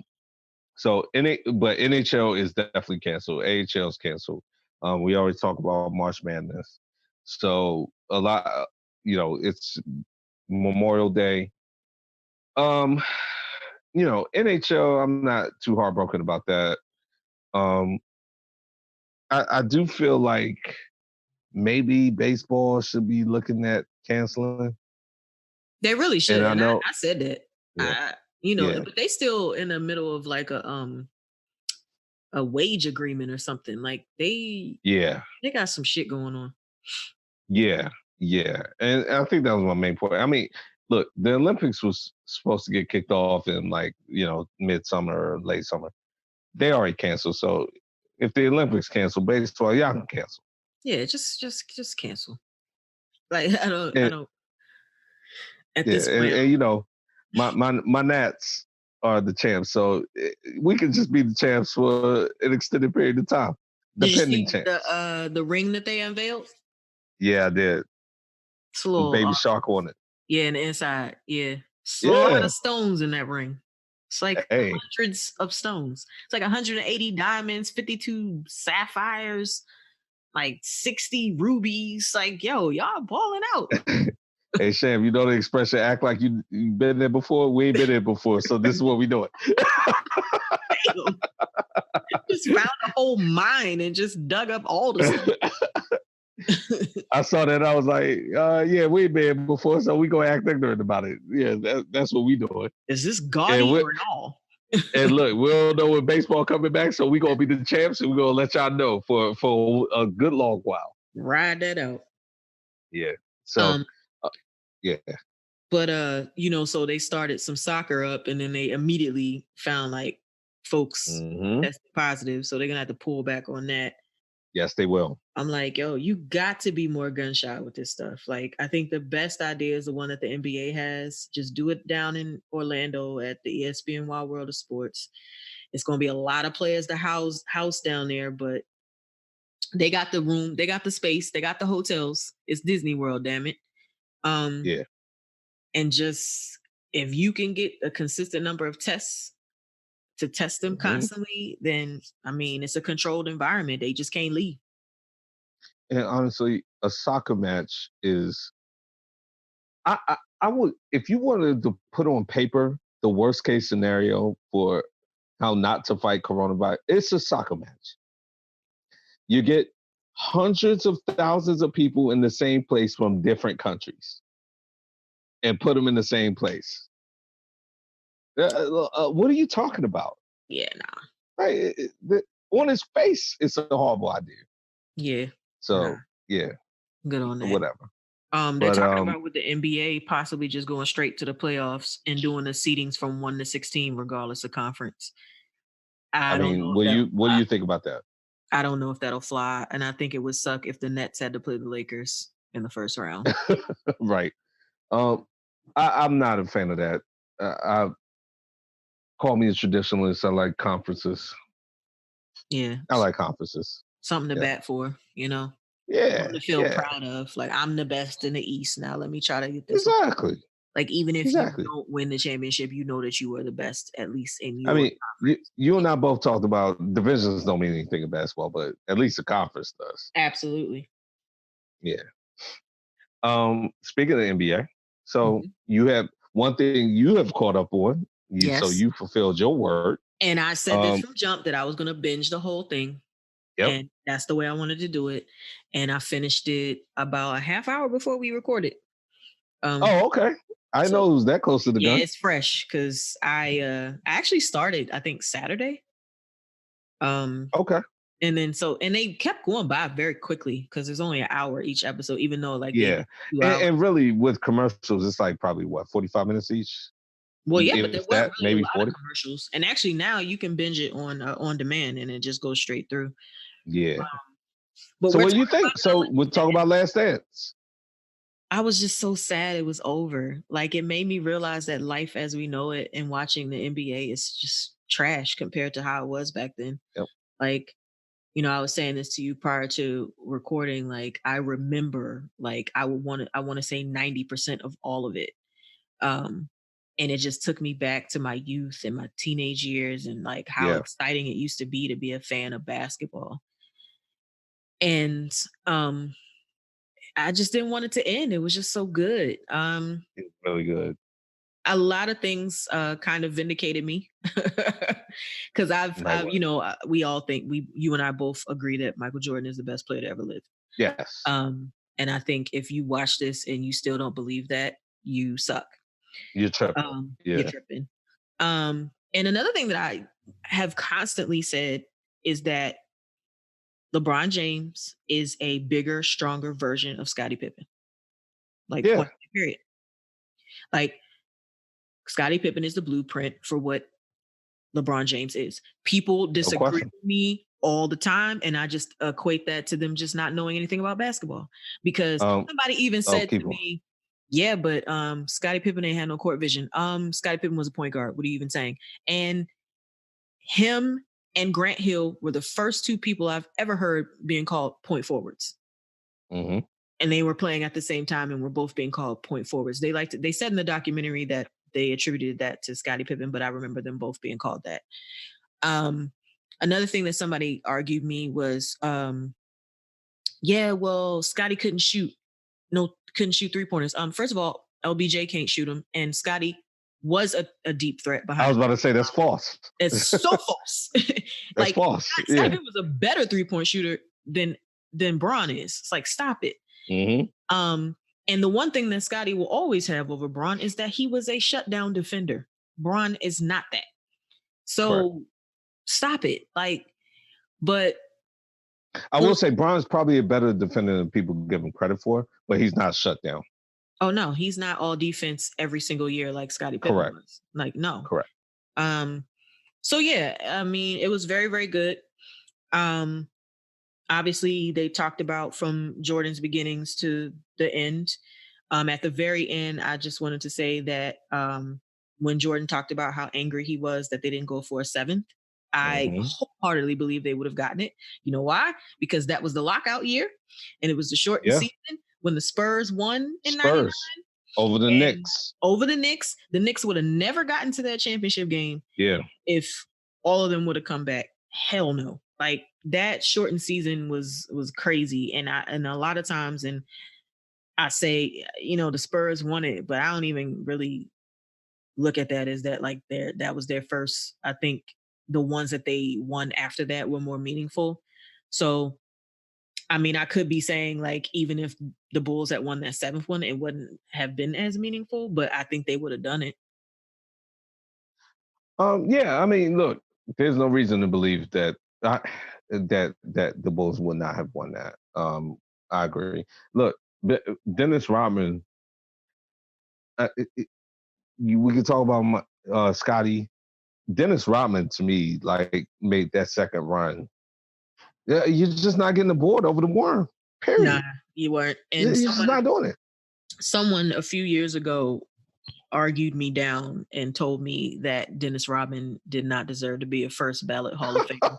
I said, on what planet does Dennis ridiculous. Rodman not deserve to be a first ballot Hall of Famer, which he ended up being? Hey, Sham, did you see me post about Dennis Rodman and when The Last Dance was going on?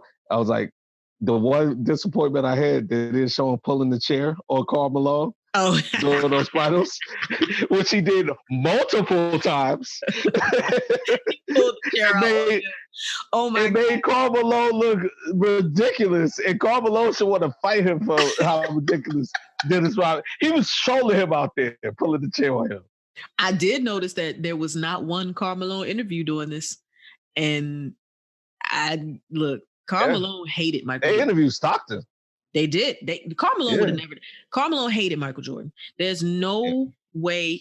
There's no amount of money you could have paid or offered to get Karl Malone to be a part of this documentary. He hated him. And you know what's even more disrespectful about that, to your point? The fact that they mentioned or interviewed Jordan and had Jordan on record as saying, yeah, I was mad that Karl Malone won the MVP. Yeah, he said it. How you going to have him saying that on tape? Yeah, he said the same thing in 93. He said he was pissed off that Charles Barkley had won the MVP that year, and Jordan came in third. So, I had to look up the stats to see who came in second. Who came in second? Hakeem Olajuwon came in second. Oh, I mean, I'm completely with that. Right, but if you look at the not the fact that Jordan came in third, but the fact that Hakeem Olajuwon.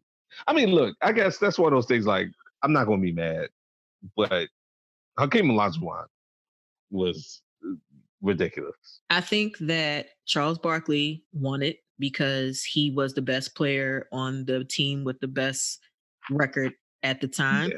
Because if you looked at the stats from the top three, Jordan should have won it. Point blank period. He averaged like 32 points a game, six assists, like 5.6 rebounds, 2.8 steals. Barkley and Hakeem were not even close to stat lines like that. But probably why Jordan was angry. Yeah. But just being on Jordan's hit list back then, like everybody on his list got it. I mean, look, Stop Playing Podcast, y'all family. My favorite player in the entire world of basketball is Gary Payton. and Gary Payton, one of the reasons he's my favorite player is because, and I actually listened to an episode of the podcast, episode 34, where I called him a gangster version of Russ, and he is the gangster version of Russ. Mm-hmm. He lines himself up sometimes and he was sitting there talking about how you shut down MJ and this and that, and then they show MJ the tape, which I thought was incredibly rude to do. The way MJ laughed. And then MJ laughed at my man. And, Sham, I was so hurt. That whole sequence, because I knew where it was going, because I was like, MJ's the producer of this, so he's not going to let this slide. Right. But you know what I'm saying? He's not going to let it go. He did shut him down in game 4. He did. And I blame George Karl because why the hell wouldn't you put your best defender on Michael Jordan? Talking about, I needed you on offense. That's ridiculous. Why wouldn't you put Gary Payton on MJ? You have to. I don't think I've seen Michael Jordan as happy ever in life as he was when he was showing that clip. That man laughed and bounced when they showed him the clip of Gary Payton talking about how he shut him down. Yeah. Do you remember that? I just saw it. You just saw it. He cracked up. He died. Sam, the man cracked up. He had the pad in his hand and was bouncing in the chair laughing. Yeah, he busted. I felt it was a little extra. It was extra. Now, but you were talking about Michael Jordan. Yeah, you are. Extra. Yeah, Gary. I love GP. GP, my man. But anyway, the only thing I want to say to your point about people arguing about Pip and LeBron, next time they argue with you, why don't you point them to LeBron James himself, who said upon watching this very special, I'm a lot like Pip. He said it. Duh. He himself said it. I'm mad it took him this special to realize it. I know from day one. Right. Like he himself said it on social media. Like put it out there. Like, because I think what happened was actually he got a little upset at Brian Windhorst because Windhorst was comparing Jordan to him. He was like, I would like to play with Jordan alongside Jordan, but I'll be like Pip. Like that's who I would be. Yeah. So I mean, people are just ignorant. If the man himself understands that, then whatever. He is. He's just a bigger, stronger, quicker Scottie Pippen. That's it. Always has been. Exactly. Exactly. So another thing that this documentary has just kind of made me realize over and over again is that the people of this era are soft. I mean, we talk about this all the time. Like, these fools was out here playing. They never miss games for any reason. Never miss games. Scottie Pippen, for one, and we can get into him. Like, he missed all those games in the last dance season because of whatever. Yeah. But, back-to-backs? You got people out here complaining about back-to-backs. Yeah. Scottie Pippen tried to play with a migraine and couldn't play. He played with back spasms, left the court multiple times, and came back and still played. Michael Jordan, who we now know, and maybe not now, but I think it was alluded to within the last few years, that it wasn't the flu. Michael Jordan played with freaking food poison. Yeah. The city of Utah tried to kill him. Yeah. I mean, I work a desk job. If I have food poisoning, you won't see me in the office for a week. Right. And these fools is taking games off because of back-to-backs. You are perfectly fine. You're a healthy walking individual and you just want a rest day. These fools was out here balling like there was no tomorrow. And the words out of Michael Jordan's mouth was like, I felt like people deserve to see me at my best, at the best I could possibly give them. That's it. Now, it's interesting you say about Pip.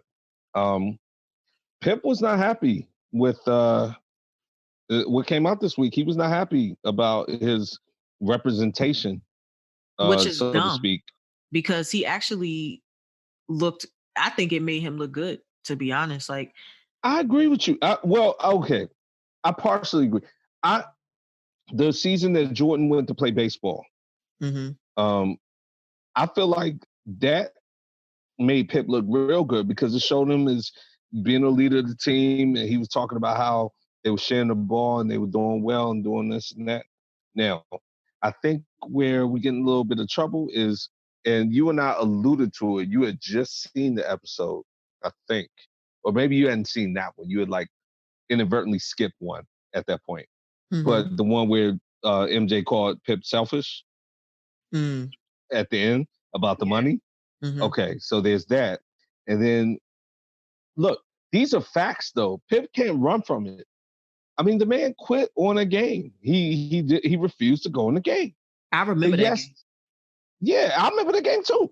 And look, they made a big deal out of it, but it's not like he's upset at MJ for like showing it. But like you just said, we all remember the game. Yeah. Number one. Number two, I mean, look, if you want to get mad at anybody, get mad at Steve Kerr and Bill Cartwright because they went and put it on the mattress, like, or on the mat, like, yeah, hey man, I you didn't put on know the that game. part though. I remember nobody knew that. I remember watching the game and saying to myself, yo, Scottie Pippen is such a bitch. And I think I was like 15 at the time because I want to say it was like 94. I remember watching the game and being like, it was 94. It was well, I guess, the 94. I remember spring. watching it. And because that was when the Knicks made the finals and went against Houston and the OJ thing happened. Yeah. And I just remember like watching that, like, he is such a little bitch. Like, I was like so mad. But I think it's great that it came out that Bill Cartwright like kind of gave it to him. Yo, Bill Cartwright came. He deserved that. Ready for that. All because you mad because Tony Kukoc is getting the last shot. Like, get out your feelings. And as I'm watching this, I'm thinking to myself, yes, Scottie had a big ego. Yes, Jordan had a big ego. But Jordan's ego was more so because he wanted to be better than everybody else and he would never take a play off. Whereas Scottie's ego was more like, at times I just felt insecure. And I felt at times he just wanted to be seen. And then he was ratty about it a lot. And that's the thing that always kind of like shies me away from, being like Team Pippen like that. Because he always had these bratty ass moments when you're like, grow the fuck up. Yeah. Now I'm gonna keep it 100. When Jordan first said that thing about him being selfish, I was not feeling that at all because I was like, okay, you're reaching your hands in that man's pocket. You're paid. You're fine. Now you're underpaid on the team, but you getting all the endorsements or whatever, so you're fine. So you're gonna call him selfish for wanting his money? Like, I was not feeling MJ on that. I was not. And so I'll say it on the podcast. But then as it started developing more and then stuff like that, I was like, okay, well, I'm not saying calling him selfish was okay. But at the same time, if he's going to be acting, like you said, like a little bitch like that, then it makes it, harder to sympathize with him, I guess, at the point. And also, I mean, just the simple fact, what made him really look bad, to your point, once they showed it to him, once he was sitting there in the chair, and then they showed Cartwright and they showed Kerr, and then he was like, yeah, it was a bad move or whatever. And then he goes, but I felt I would do it again. He said it. He's like, I would do it again. Yeah. He said I wouldn't change it. Was like, wait a minute, you have retrospect and you looking at this and you seeing what we seeing, and you would do that again? Okay. All right. Yeah, bad look. Bad look, B. Bad look, man. So another person yeah. who's not happy, and I've seen the word Woo! lawsuit Yeah. go around. Is Yeah. Horace Grant. Now, this is what I have to say about Horace Grant. Look, bro. And I was an Orlando Magic fan. Yeah, your boy. I was an Orlando Magic fan at the time. When Horace Grant came to the team, it just elevated them. It was No, amazing. but yeah, your boy over there. Yeah, he's the Penny leader of Hardaway. that team. Yeah. Yeah. It elevated them. And when I tell you, when I played NBA Live 98, Horace Grant was the best player on the game. But Horace Grant, I'm gonna need you to chillax.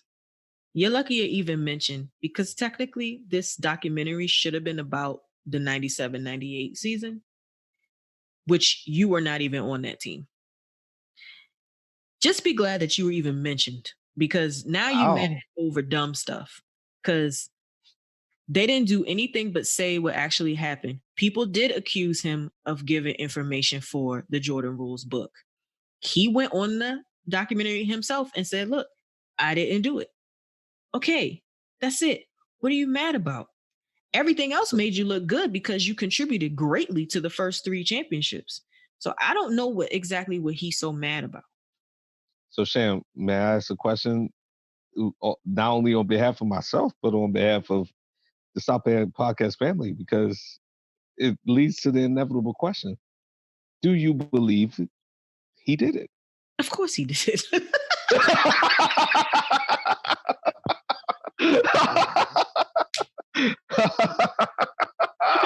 if you didn't do it, why are you so bad? You looking real guilty, cuz. Why are you protesting so much if you didn't? What was it, Shakespeare? Why does thou protest so much? Like you said on the documentary, you didn't do it. So now why you out here getting mad and nigga, you signed the waiver. You so he did that shit. You know he did that. It's the 50 Cent. Jordan could be like, whatever they say that nigga did, he did that shit. Wow. I mean, you had me set up to make me think maybe he knew that, though. Yeah, nigga did it. That's why he hauled his ass up. He did it. But nah, they should have paid him to stay. They should. Yeah, that was a big mistake. He got a great deal from the Magic. They paid him up. Yeah, but that ended up having him get Rodman. So, and man, you want to talk about PR? Dennis Rodman, you were doing whatever the hell you wanted to do, and you still do whatever the hell you want. And still showed up to work the next day, balling like Rodman ain't never. Well, he did ask for a vacation, but he showed up to every game.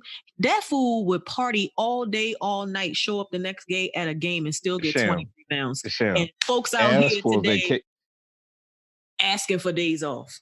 Sham, hold on, slow down. Ask for a vacation is an understatement. My man said, I need some time off. And it probably went to Vegas and didn't come back at the agreed upon time. It has to be. And anytime, Dennis Rodman does whatever the hell he wants. Anytime Carmen Electra looks happy to retell the story about how Michael Jordan had to come in there and like she was hiding under the bed or whatever she was doing. She looked spooked. Yeah. She looked totally happy to tell the story though. She was like, yeah, we were just kind of like fucking around Vegas. But yeah, Dennis Rodman did whatever the hell he wanted. But no, to your point, and then we'll kind of wrap things up. We'll cover watching The Last Dance was more so time capsule to go back to the 90s and what you and I have talked about, what we talked about on the show countless times. Man, basketball was just NBA to me. At least I'll speak for myself. I don't know about you. I'll speak for myself. That was the time in which I've always loved football, but I loved the NBA way more than football at that time. Oh, back then, yeah. Yeah. Totally. Because it was like, okay, yeah, this is something good every week, every day. Like rivalries, For real. Like this is what we grew up watching. Yeah. And so that's what it was to me. It was a history lesson or a history reminder. And I think it was important for people who were not able to see that Bulls team, like they weren't around when it was happening. Like I feel like a lot of parents who are our age had sat their children down for this and had like family time and watched this, and it opened up a lot of people's eyes as to how the game used to be played and how it should still be played, in my opinion. And Correct. I've seen a lot of people concede to the debate on social media. Yeah, they've taken a turn. Yeah, they've switched. We've been out here tripping, saying MJ is not good, or not even saying he's better than Brown. Saying like they've been disrespecting MJ. Yeah. So all y'all just it's horrible. Breaks. Calm down. Yeah.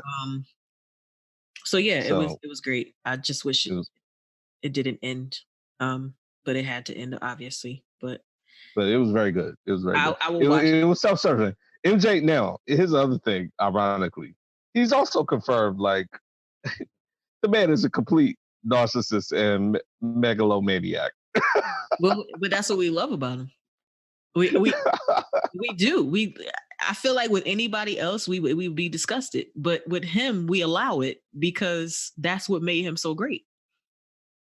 Now, I will say this to your point. It was telling, I forget which episode it was, but at the end of the episode, when he was talking about sort of he understands that he was a very harsh teammate and this and that, and then he started crying. Yeah. When he was talking about how much he wanted to win. Was that the one where he talked about punching Steve Kerr in the face? Yeah. Now, the other thing, to your point, Steve Kerr, man, that's my man. I don't care who you are. I ain't gonna say it and get disrespected. Yeah. Yeah. Like, I knew that story. We all knew that story. But Steve Kerr told that story with the kind of like gravitas, like, and Jordan was like, yeah, man, I felt bad. I because I could kick that dude's ass. And Steve Kerr was like, okay, that's fine. Like, and he wasn't saying it on some bragging stuff. Like, look, I ain't gonna say get disrespected. Yeah, like, I ain't no bitch. I'm not a hoe out here. Like, yeah. Well, is it me or does Steve Kerr look the same age now that he looked then? Steve Kerr looked old his whole life. he's looked old his whole life. He has a sense of the room too. Yeah. I love his speech at the ring ceremony. That was perfect. That was funny. That was great. But it was very good. That was sad about his dad though. That story I didn't know anything about. I didn't know that either, man. They did a good job with that because I was like, whoa. And I know all that about Phil Jackson. Like, if we're talking about like off the cuff information. Yeah. Like, I knew Phil played for the Knicks. I knew he played in the league. I knew he was in the CBA. I knew he won all those titles. I damn sure didn't know that he was in South America coaching down there. Like, for how was it Brazil or whatever? I don't know where it was, but I didn't know about him growing up on the Indian reservation. I feel like I know that because I feel like all of that like boiled itself into the Zen stuff. But and you know what? Before we move on real quick with Phil, I feel like Phil just he was wave riding that team. Like, he really had no like discipline on that team because he was letting cats do whatever they wanted. Yeah, he was just letting them be, and it actually just ended up working out for him. Yeah. Now his claim to fame is that he pushed the triangle hard. Right. Like, and the triangle wasn't his; it was Tex Winters. It was Tex Winters, but the point is they wouldn't listen to Tex, so he pushed it. Yeah. I think with him though, and why everybody loves him as a coach is that he lets the players be who they are going to be. But I feel like it just so happens for him, he had players that were disciplined enough to be who they are, but wanted to win so badly that they wouldn't let their outside personalities conflict with who they were as basketball players. And I think it was a credit to him when they showed the season Jordan wasn't there, how the triangle was working. And even to get Jordan to buy into the triangle in the first place. was also good. And, I think that Phil he knows how to manage people. That's how he knows how to manage Robin. Yeah. We got to thank the 94 lockout because we might not have gotten Jordan back. Yeah. Yeah. That's the only reason he came back, because baseball was on strike. And when it's one of those things where you're watching it, it's like, yeah, I guess that makes a lot of sense. Like all that was happening at the same time. Because they didn't come back. Like I remember when they went on strike was like right before All-Star break in July '94, and then they went into the next year, and they didn't even start the baseball season until mad late. I think it was like May or June. And by then Jordan had gone back to the Bulls in March. Yeah. So, yep. Yeah, I was pissed that year. Yeah, man. History lesson. It's great. Yeah. Awesome. But yeah, I mean, we could talk about this for. I was about to say we could have a whole show on it. We have gone over just talking about that, but it was great. It's good. So I mean, look, there are some sports. The NFL is still carrying it. Like, listen, we're gonna go. I ain't going. We're gonna go. So, first and foremost, we got. I didn't want to just highlight it as if this is the most important thing, but I just find this story so fascinating. Sham, Dak Prescott has been offered $100 and I want to say $75 million, and has looked that in the eye and turned it down. Who's his agent? I don't know. Todd France. But I'll tell you what.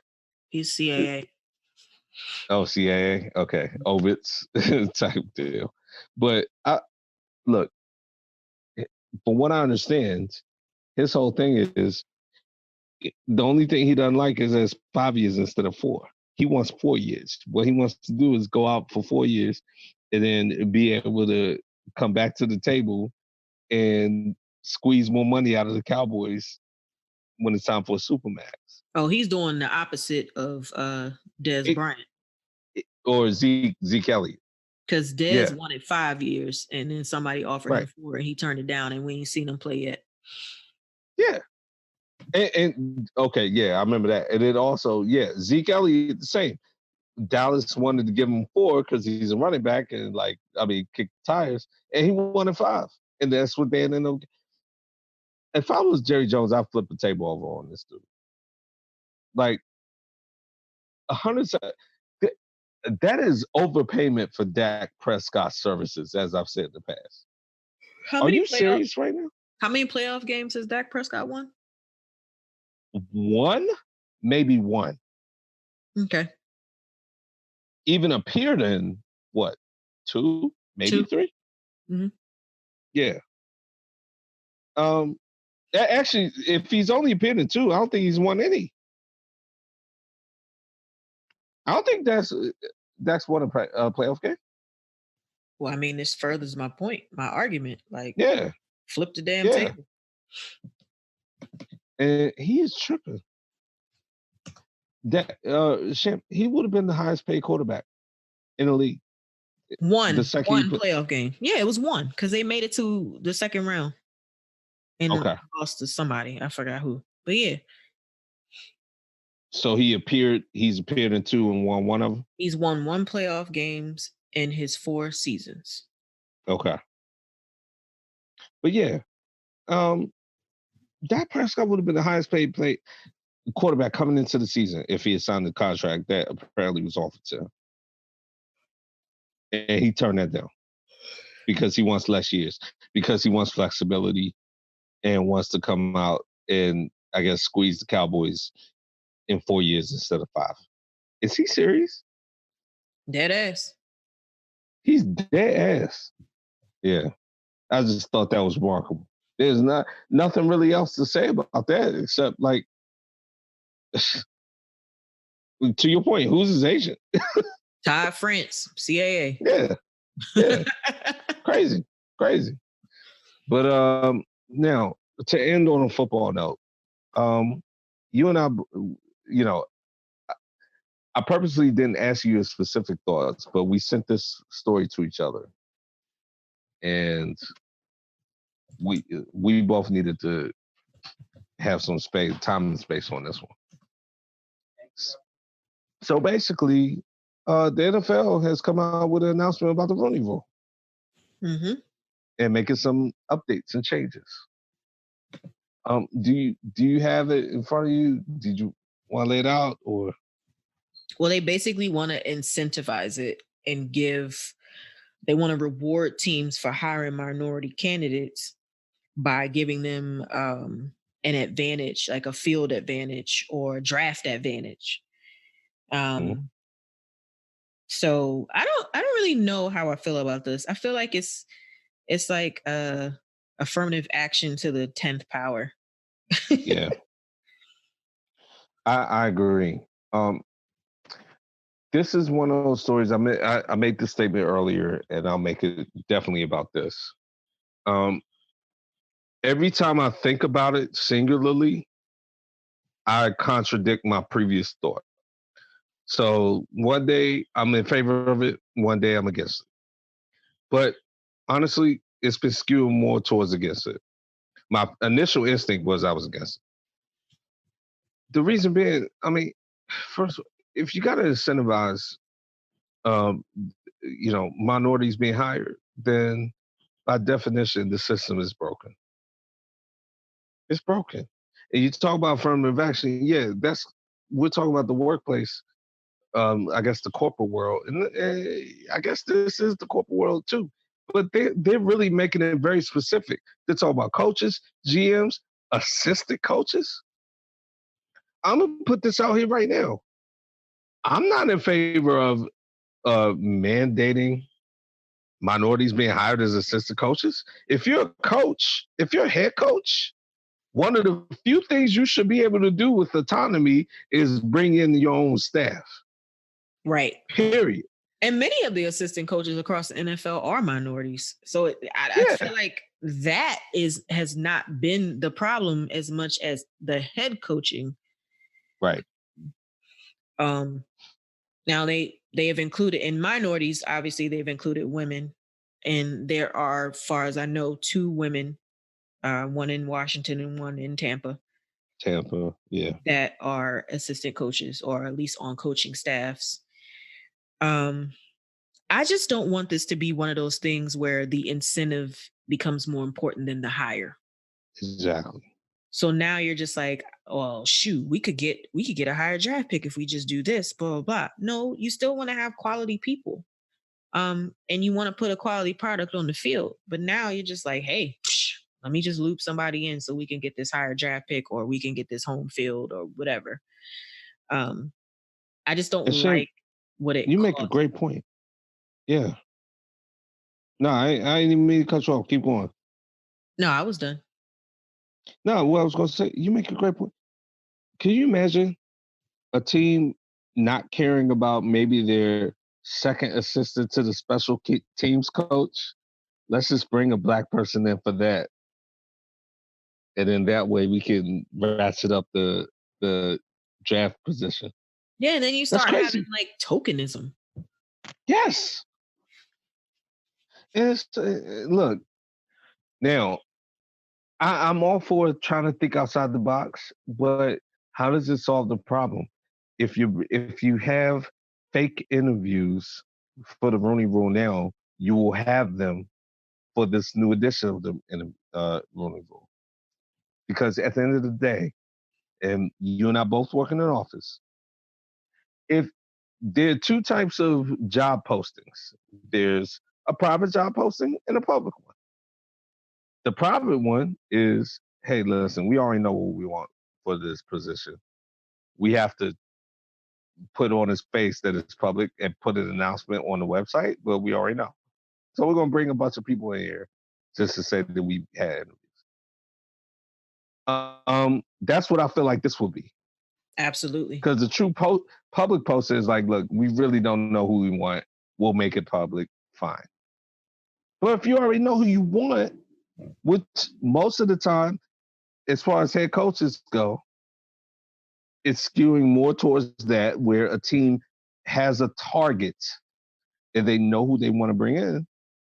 Then all of this is smoke and mirrors.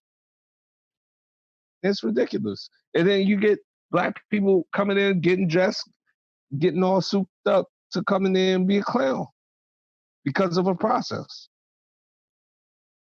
And that's why we had to even address this in the first place with the Rooney Rule. But how does this help that? Or you just putting women on your staff that don't do anything.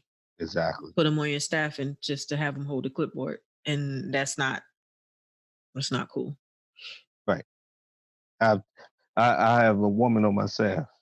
Okay, great. Yeah. You know what? It's more demeaning towards her. It is making her life miserable. And exactly. you know, it's just so it just says, I mean, not saying that this couldn't be positive, but I just feel all types of negatives with this. All types. Just the potential to you just said it right. The thought process was positive, but the potential for just BS is too much. I don't like it. But so I will that's tell what you I meant to say. What's not BS is your university. Yeah. Appointed the first black female athletic director. And I know her. Like she was there when I was there. Nice. Yeah. Candace? Yeah. Sweet girl. No, her. Woman. Yikes. Yeah, woman now. Yeah, you're right. Yeah. You forgot how old you were? I don't know, right? But nah. So I saw that roll across the screen when I was watching TV the other day, and I said, "Oh, that's nice. I'm gonna have to bring that up. That's really cool." So yeah, so Stop Playing Family. Sham actually threw that on the outline when I should have thrown it on the outline. See, that's how it was at my school, but you know, hey, sometimes we fall short. Shout out to Vanderbilt University for doing something very progressive. Mm-hmm. So I think that wraps up this episode. Yeah, we're good. We're good on this Memorial Day edition. Mm-hmm. You sheltered in place. I'm sheltered in place. Folks are sheltered in place. So thanks everybody for listening to this episode of the Stop Playing Podcast. You can reach us on any platform that you can think of. Think of where you listen to your favorite podcast and add us, subscribe. You can catch us on Facebook and Instagram at the Stop Playing Podcast and on Twitter at stop_playing_pod. And like we always like to say, keep your chips on the plate, no double dipping unless it's the podcast. And we'll talk to you real soon. Later, guys. Stop playing.